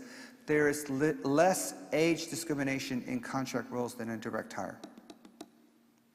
There is less age discrimination in hiring someone for a contract position than hiring them for a full-time role. Yes? You may probably cover this later on, but I would also remind people, if you do contract work, make sure you price yourself accordingly. We're going to talk about that. Let's go on. All right. So let's talk about some of the advantages and disadvantages. First of all, like just what we just said, your gross pay is going to be higher. The dollar amount that you are going to be getting paid is higher than what you're accustomed to. Not immensely higher, but it will be higher. And I'm going to explain how you want to market yourself in that area. Number two, you as an individual now have opportunities for some business expenses that you may not have been able to deduct in your tax. Oh yeah, tax time is what, next week, right? So things like your cell phone, your internet service, your cable, buying printers, paper, a number of things that you can, your tolls, part of your gas mileage. Again, my intent is not to be a tax authority to you. My intent is just to share with you some things that you should go and look at and evaluate. Some of the things that you can't write off today. You do have, like I mentioned earlier, you have more flexibility. We also see companies, because of COVID, are allowing contract workers to be remote workers as well. You would think, well, if I'm going to pay a contractor that's really not tied and invested in my company, I want them in the seat here every day. We don't see that. Again, just to give you a second idea behind that, is that in our clients, and our clients are both Fortune 100 down to startups, generally speaking, 1/3 of our clients are expecting workers to return back 100%, to be back working on site. 1/3 of our clients, and only 1/3, are looking at some sort of hybrid model. You know, 1 day on, 1 day off, 1 week on, 1 week off, 3 days remote, 2 days in the office, something like that. And then the final third are still 100% remote. Hey, this worked for us over COVID. We're a professional organization where we are managed by deliverables. We're going to stay 100% remote. Our lease is ending up. We're going to be able to save thousands of dollars a month. And so we're going to stay as a remote model. And those are one of the questions you want to talk about in this dialogue as you evaluate there. Sometimes you have a better work-life balance. Some contract positions, again, with that flexibility, we see companies that are looking for 4 10-day workdays. You know, others of us that are capitalists will find another part-time job to work on that Friday. But again, you have some more flexibility in contract positions today than you would otherwise. And you now can decide what project, what opportunity is your next assignment. Before, as a full-time employee, you finish this project, this assignment, what are you going to do next? Whatever your boss says, whatever's next on the list. Whereas now you have an option, this contract is ending, I'm going to now look at the 3 different options. This is 100% remote. I can work for someone in Atlanta, someone in St. Louis, someone in LA. It's 100% remote. That doesn't really matter. You know. So again, those are flexibility. Those are things that unless you look for today, those are opportunities that you might be missing. So my whole point is try to take that time, look at those rules more closely. Don't just close that job because it says contract. And one other thing to remember, a lot of times the contract position evolves into a contract to hire. You know, the term try before you buy. But the point is now you can see the environment, you can see the culture, you can see the working circumstances, that this is, hey, Mr. Manager, I really like it here. This is a good opportunity. I noticed there's a couple of openings. Can I interview for those roles? Again, you wouldn't. Now you're an insider. You have the ability to find where those are, and now you can go ahead and pursue those internally. And so, as a contractor, that internal job portal is open to you to go and look for opportunities as well. So let's go ahead and talk more about it. So here's some disadvantages. Like anything else, there are things that you got to be aware of. You have to plan for the gaps in your contract assignment. Right now, the gaps won't be as big, but when I used to do contract work, I had a 6-month gap of reserves because I picked and choose. I didn't want to go work for certain companies at certain times. So when you are making this more money that I mentioned before, this gross, you're going to have the discipline to carve it off into other pockets. And one of those pockets is being the reserve, so that as you do have that gap in that contract role, you have the reserve that you're not going to be worried about how you're going to make your mortgage, your car payment, insurance, and so forth. Another advantage is you now have the onus of taking on your own administrative tasks. You have to keep the receipts, whether it's in a drawer, in a file, whatever way you want to do it, for those deductions, for the internet, for the cell phone, for the new laptop that you bought, things like that. You got to figure out how you're going to do that. You may have to figure out how you're going to report your time. Sometimes the contracting firm has a mechanism to do it. Other ways, you have to do it yourself. Simple spreadsheet is it something that they want on paper? Is it only electronic? You have to be able to figure out how you're going to do that. There's countless products out there that are both free and that you can subscribe to that would do that. The point is, you have to address that. No one's going to do that for you. No one's going to tell you how to report your time and all. You do got to pay taxes on your own. Before, as an employee of a company, they're paying your employment taxes. They're paying any other taxes that you may have from an employment standpoint. Now you have to have the discipline to pay those quarterly. And you want to do that because once you get behind, it is just too hard to catch up. So you have to have the discipline to put those reminders, whatever it is, in your calendar, in your wife's calendar, or on the post-it on the garage door to pay those quarterly taxes. And you want to make sure that you are within reason for doing those because, again, it's easier to be accurate up front than have to be challenged and have to justify when someone comes knocking on the door. And then you also got to be prepared. Hey, I'm great. I just got this contract assignment. It's 100% remote. It's going to be the next year. I'm just going to work and be happy. I'm not going to go to see Foster anymore. I'm not networking. I'm going to be able to have my donuts at home. And guess what? 2 months into the 1-year assignment, the company gets acquired. Your project ends.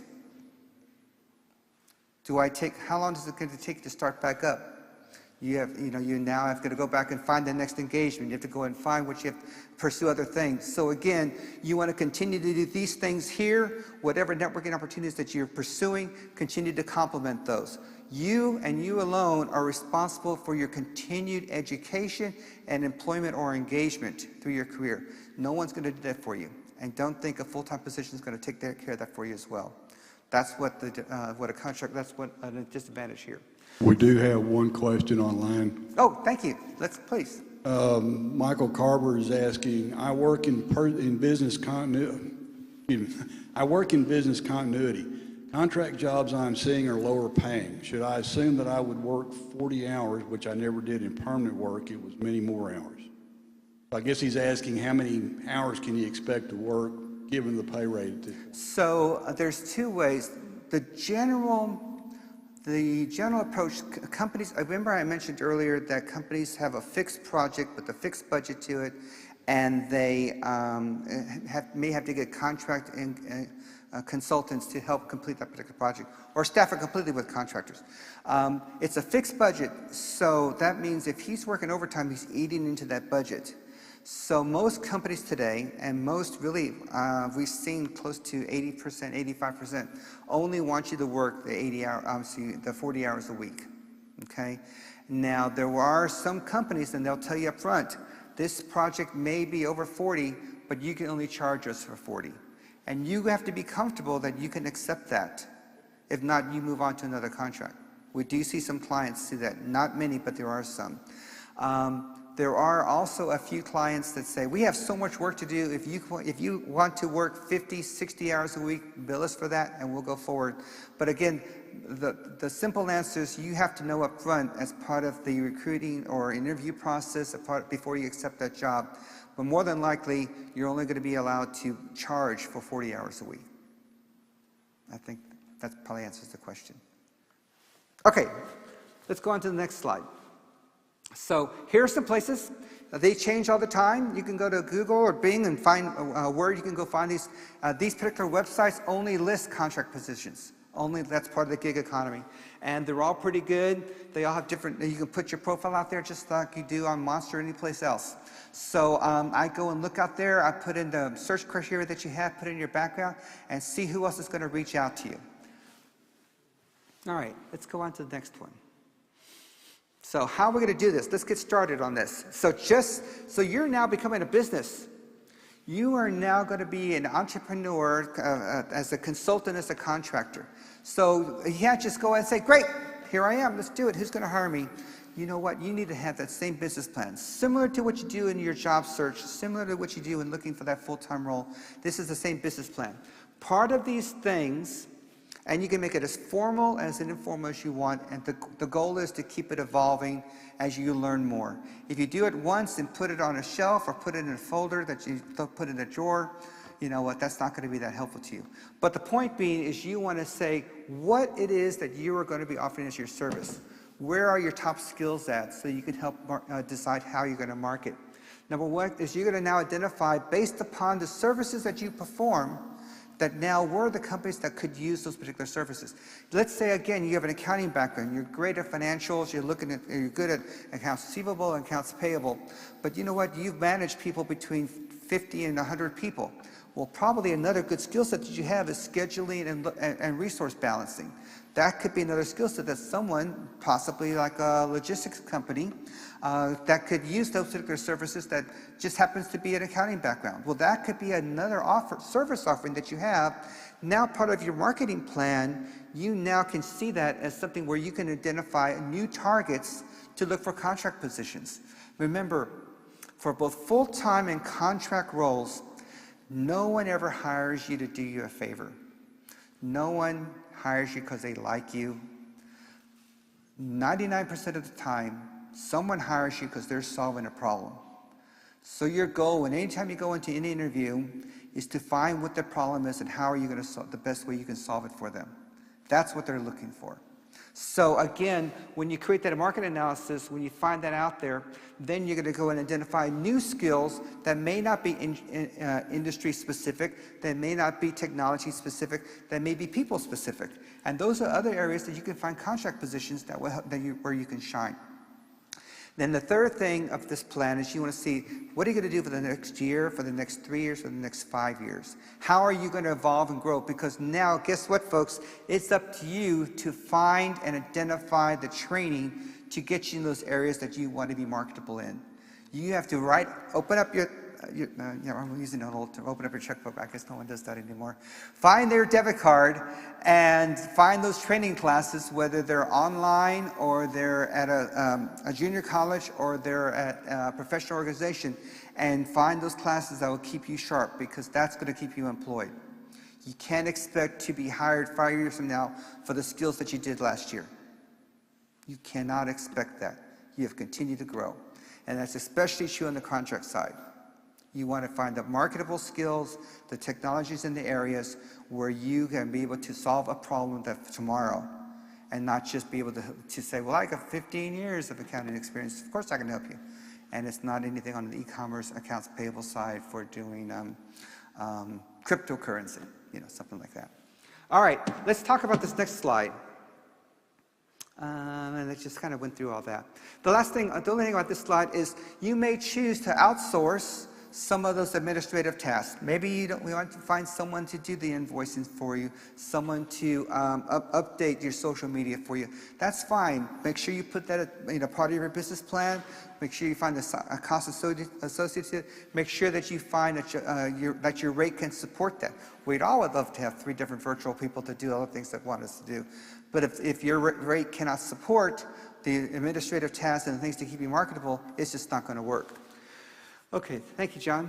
So let me tell you about the job search, and so go ahead.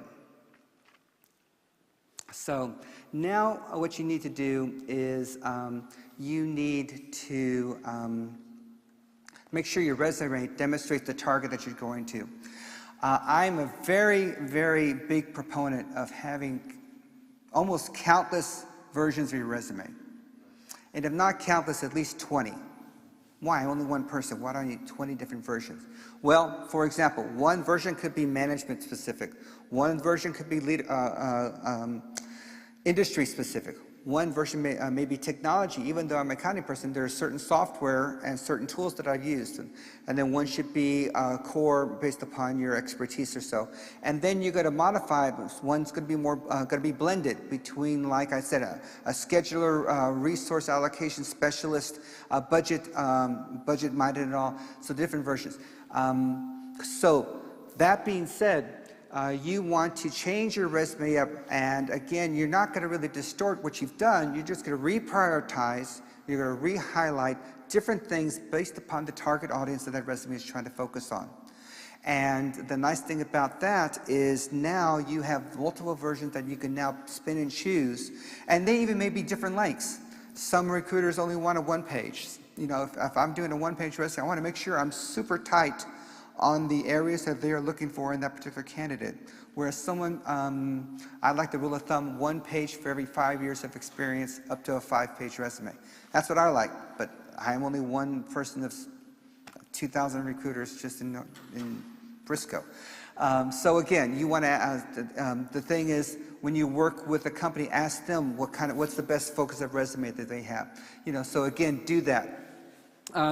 Things that you also want to do is you want to look at other things where you can, like I mentioned earlier, just channeling your skills in different ways. And just so you know, and John has a copy of it already, I have this presentation in PDF, and you're feel free to publish it or email it out to everyone else. I'm not at all, y'all can share everything here, so by all means.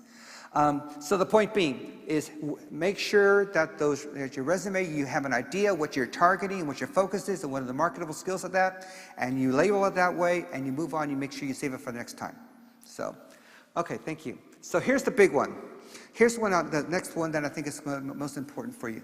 How do I figure out what my contract rate is? How do I figure out what I can market myself?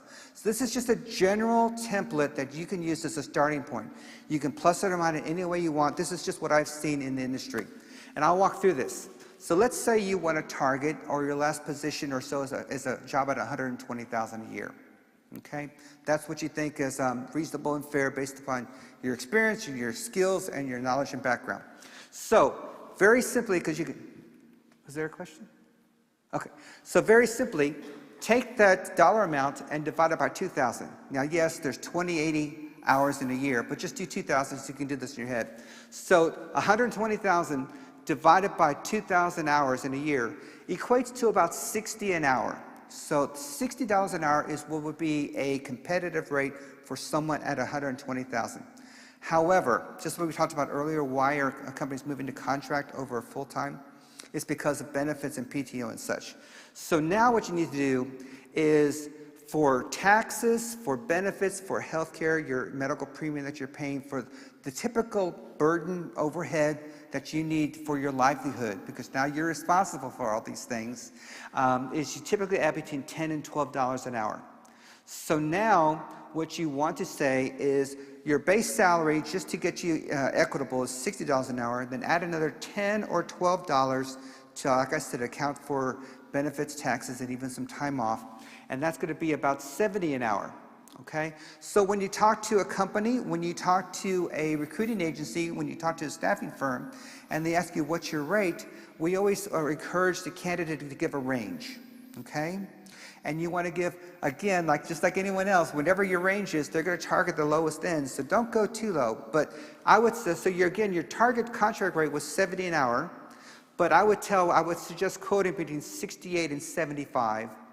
And you can vacillate that. But again, that's generally speaking what it would be. And you can do the math. If it's 100K, it's 50 an hour, then add 10, 60 an hour, so on. If it's a 200K, then you're looking at a good salary. So the point being is this is, when someone's talking to you, this is a simple way off the top of your head to kind of work through what these numbers are to kind of do that. Sure.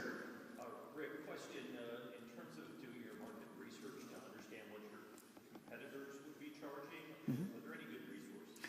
So again, two things. A lot of times job boards on contract roles will tell you what they're paying.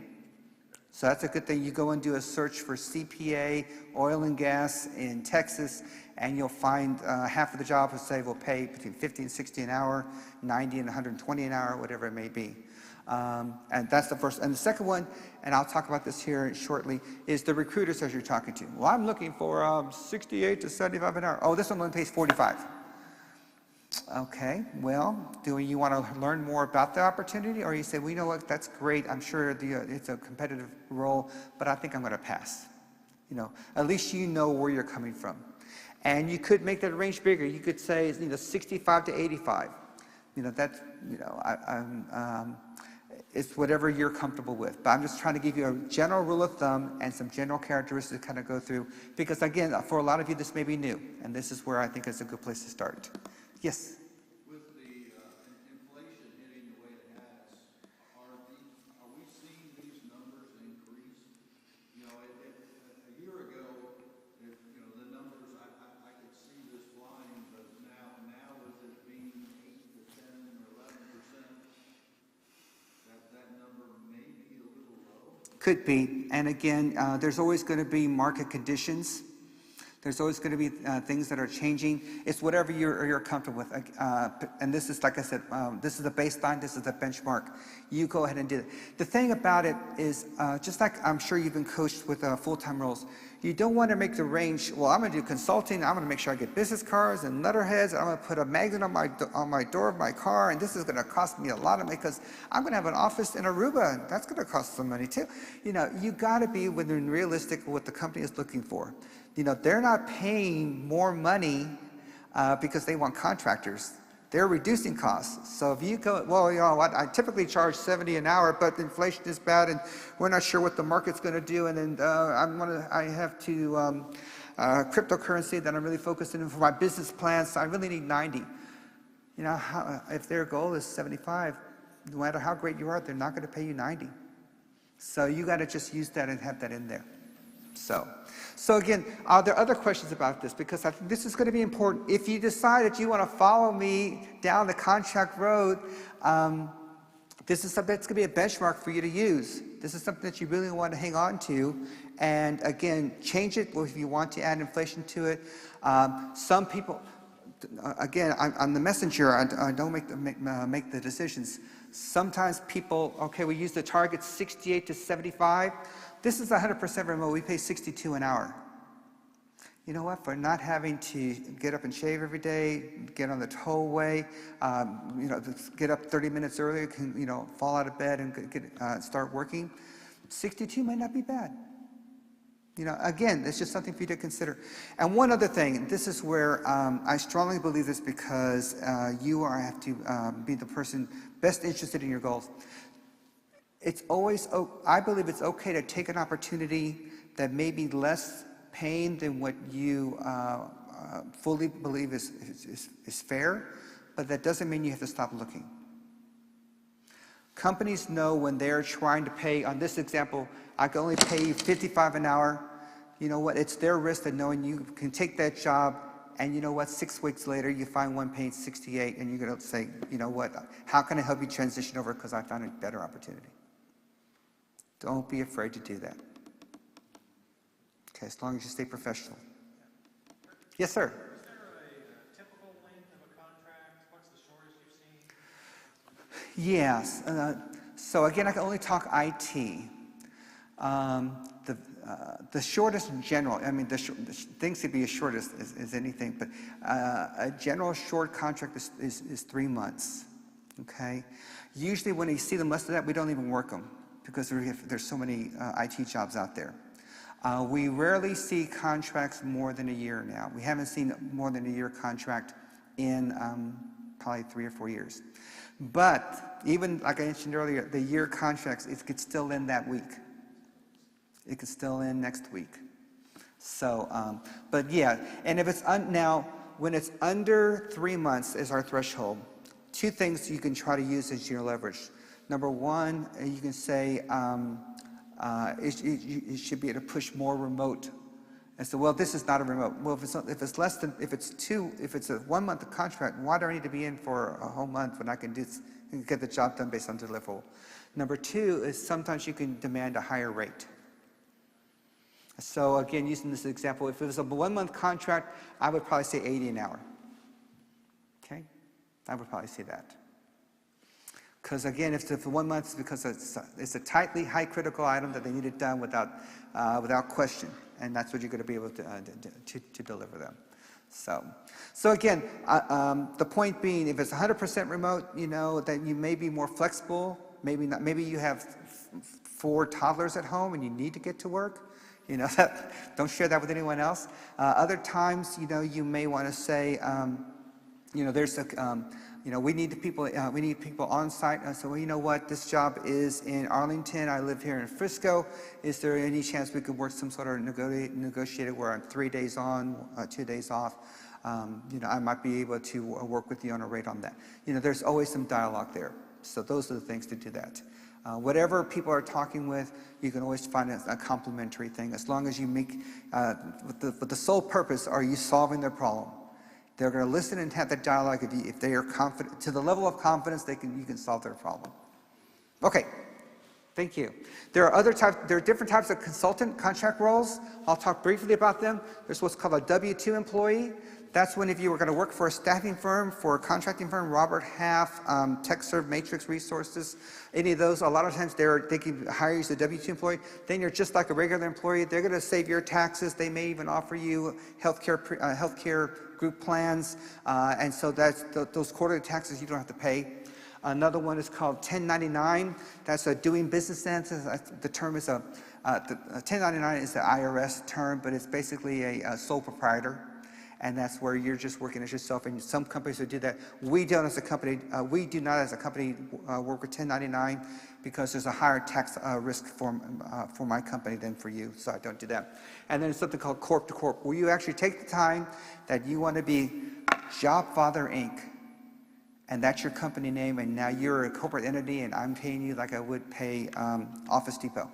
And you can do that. It's just some costs involved and some other recordings, but there are advantages of doing that as well. So my whole goal is another thing about doing contract work. Oh, yes, sir.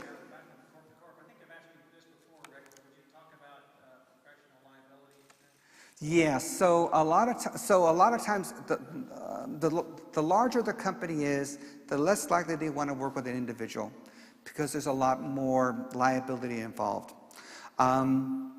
Secondly, if you still want to do that, or let's say you have 3 of you and you want to create a company because all of you are super awesome web designers, and you want to go engage with a Fossil Inc., with a Neiman Marcus, with some other company, they may require you to have various types of insurance, and the insurance just goes on. Professional liability, errors and omissions. There's now cyber insurance, which is unbelievably expensive. And you have to make sure that you're ready to take that particular, okay, we're getting close, thank you. Take that, look at the numbers and look at the cost involved to be able to see that's worthwhile. And then maybe you should go find an R2 to find another company that's already a vendor for that client so they can handle the insurances, because it does get very pricey very quick. All right, so again, my whole goal is when you are looking for contract positions, 2/3 of them are going to be out there as opposed to 1/3 full. You're also going to be fighting with fewer people, because a lot of them are still looking for just full-time roles. And then you're still going to do the same thing. We're going to research and be able to find out what the company's looking for, what their initiatives are, what are their KPIs and plans they're doing for that year. And then, of course, more and more companies are going to be outsourcing talent. They're going to be outsourcing these resources. The last thing, what I want to say is find companies like ourselves and see if we can help you. You know, look for us, whereas before you're only looking for the marquee names, look for the Robert Halfs and the Apex Technologies and the third-party softwares, and see how we can help you, and we'll be able to tell you, and we'll be able to create those dialogues with you. I mean, we're there to help you be engaged, because that's how we generate our revenue stream. So that's kind of about it. We have maybe a time for one more question, possibly. Anything from the cyber audience? Go ahead. I was just wondering, we were talking towards the end there about making sure as an individual you're protected and all that. Do you recommend individuals, if they want to be a contractor full-time, perhaps 1/4 I'm sorry, say that part again. I didn't follow you. As individuals, if you're going to be in the market as being a contractor or consultant only, would you recommend they form an LLC in order to protect their assets in case they get sued or anything? No. For two reasons. Number one, you may not like being contractors. Why spend all that money and effort to go up front to do something that you may not ever enjoy after the one time? Number two is that regardless of any protection that you may think you can create under an LLC, under a partnership, under a corporation, depending upon what the issue is, they're still going to come after you personally. You can never protect yourself.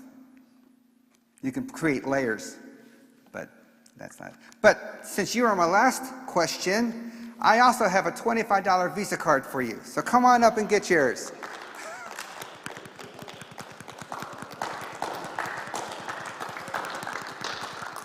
You guys can't be shy next time, okay? All right. Thank you. So,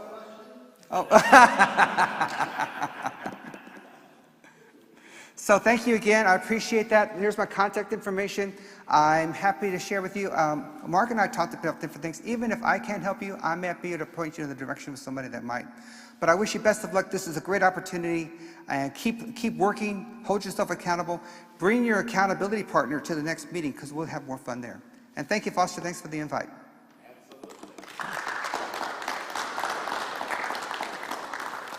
Thank you, Rick. Thank you very much. You guys understand? I'm going to turn and look at them. Thanks, Mark. I'm too close, aren't I? You guys understand now why I suggested that Rick talk with us? Okay, let me get this. Let me get further back this way. Move downstream. I can't adjust this face. Oh, let me get up here. Job seekers.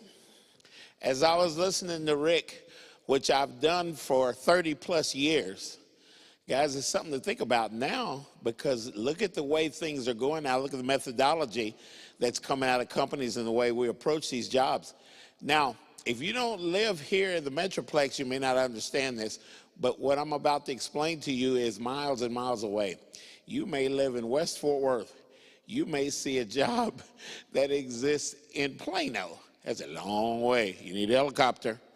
So still, maybe, just think, maybe you want to apply for that job because there's flexibility that we have now due to the technology and things that we have had to face in dealing with COVID that have changed the way we think now. So it's something to think about. Now, number two, guys, here's the word, relationship. As you guys are in the market, especially if you're consultants, reach out to your industry leaders. Connect with them on LinkedIn. See if you're in the same city, you're close by, take them to coffee. You know what I'm going to say next. We're in Texas. Take them to barbecue. Ask Foster what the best barbecue places are. You build relationships as you do this, guys, because if you are connected to your industry leaders, you can not only find out what's going on in that industry, but you can find out other little questions about how you can consult and do some things according to what they have seen. In every industry, now I'm a recruiter, guys, in every industry, I have seen an easy way on LinkedIn and other ways to find industry leaders in whatever your industry is where you work. Something to think about. So, guys, that is it. I would strongly suggest you find Rick Martinez, especially if you're in IT. And it doesn't matter if you're in Atlanta. It doesn't matter if you're in New York. You guys connect on LinkedIn with Rick Martinez. You'll see a guy with a real nice, good-looking guy with a real nice smile and stuff. Connect with that guy. Also, I, guys, am a net weaver. So I have helped thousands of people through this network land positions. So I offer to help you if you see a position in a company that you're a good fit for. I can tell you whether you're a good fit for it according to the company because I am a recruiter. And there might be someone that we have a relationship with inside of that company. I do not believe in throwing the names around on LinkedIn. If you guys run into people in the network that connect you with people that they are not able to express to you what the relationship is, you might want to question that. Anyway, I'm going to shut up. I can go on and on and on with tips, but that is our meeting. We will be back. So, John, let's see. Today is the 5th, so we'll be back on the 19th, right? Correct. We will be back on the 19th. You guys join us. I will make sure to let you guys know through the events page on groups.io across the United States, Google Groups across the United States. I will let you guys know what we got going on down here in Texas, because you do not have to be here in Texas to hear something that can help you in your job search wherever you are. And I know I've got one person that's watching and listening to us in Paris, France. Hey, that is what we have now. I love the technology. I love the people. You guys know I love you. So listen to the job search, listen to the Job Father on Fridays. And guys and companies, remember, we got a big old network with hundreds of thousands, just locally here in Dallas, hundreds of thousands of active job seekers. So you guys connect with me. I'll be glad to connect you with those folks. Okay.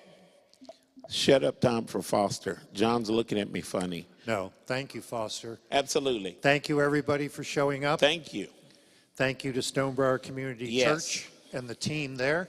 And we will see you in 2 weeks. See you in 2 weeks.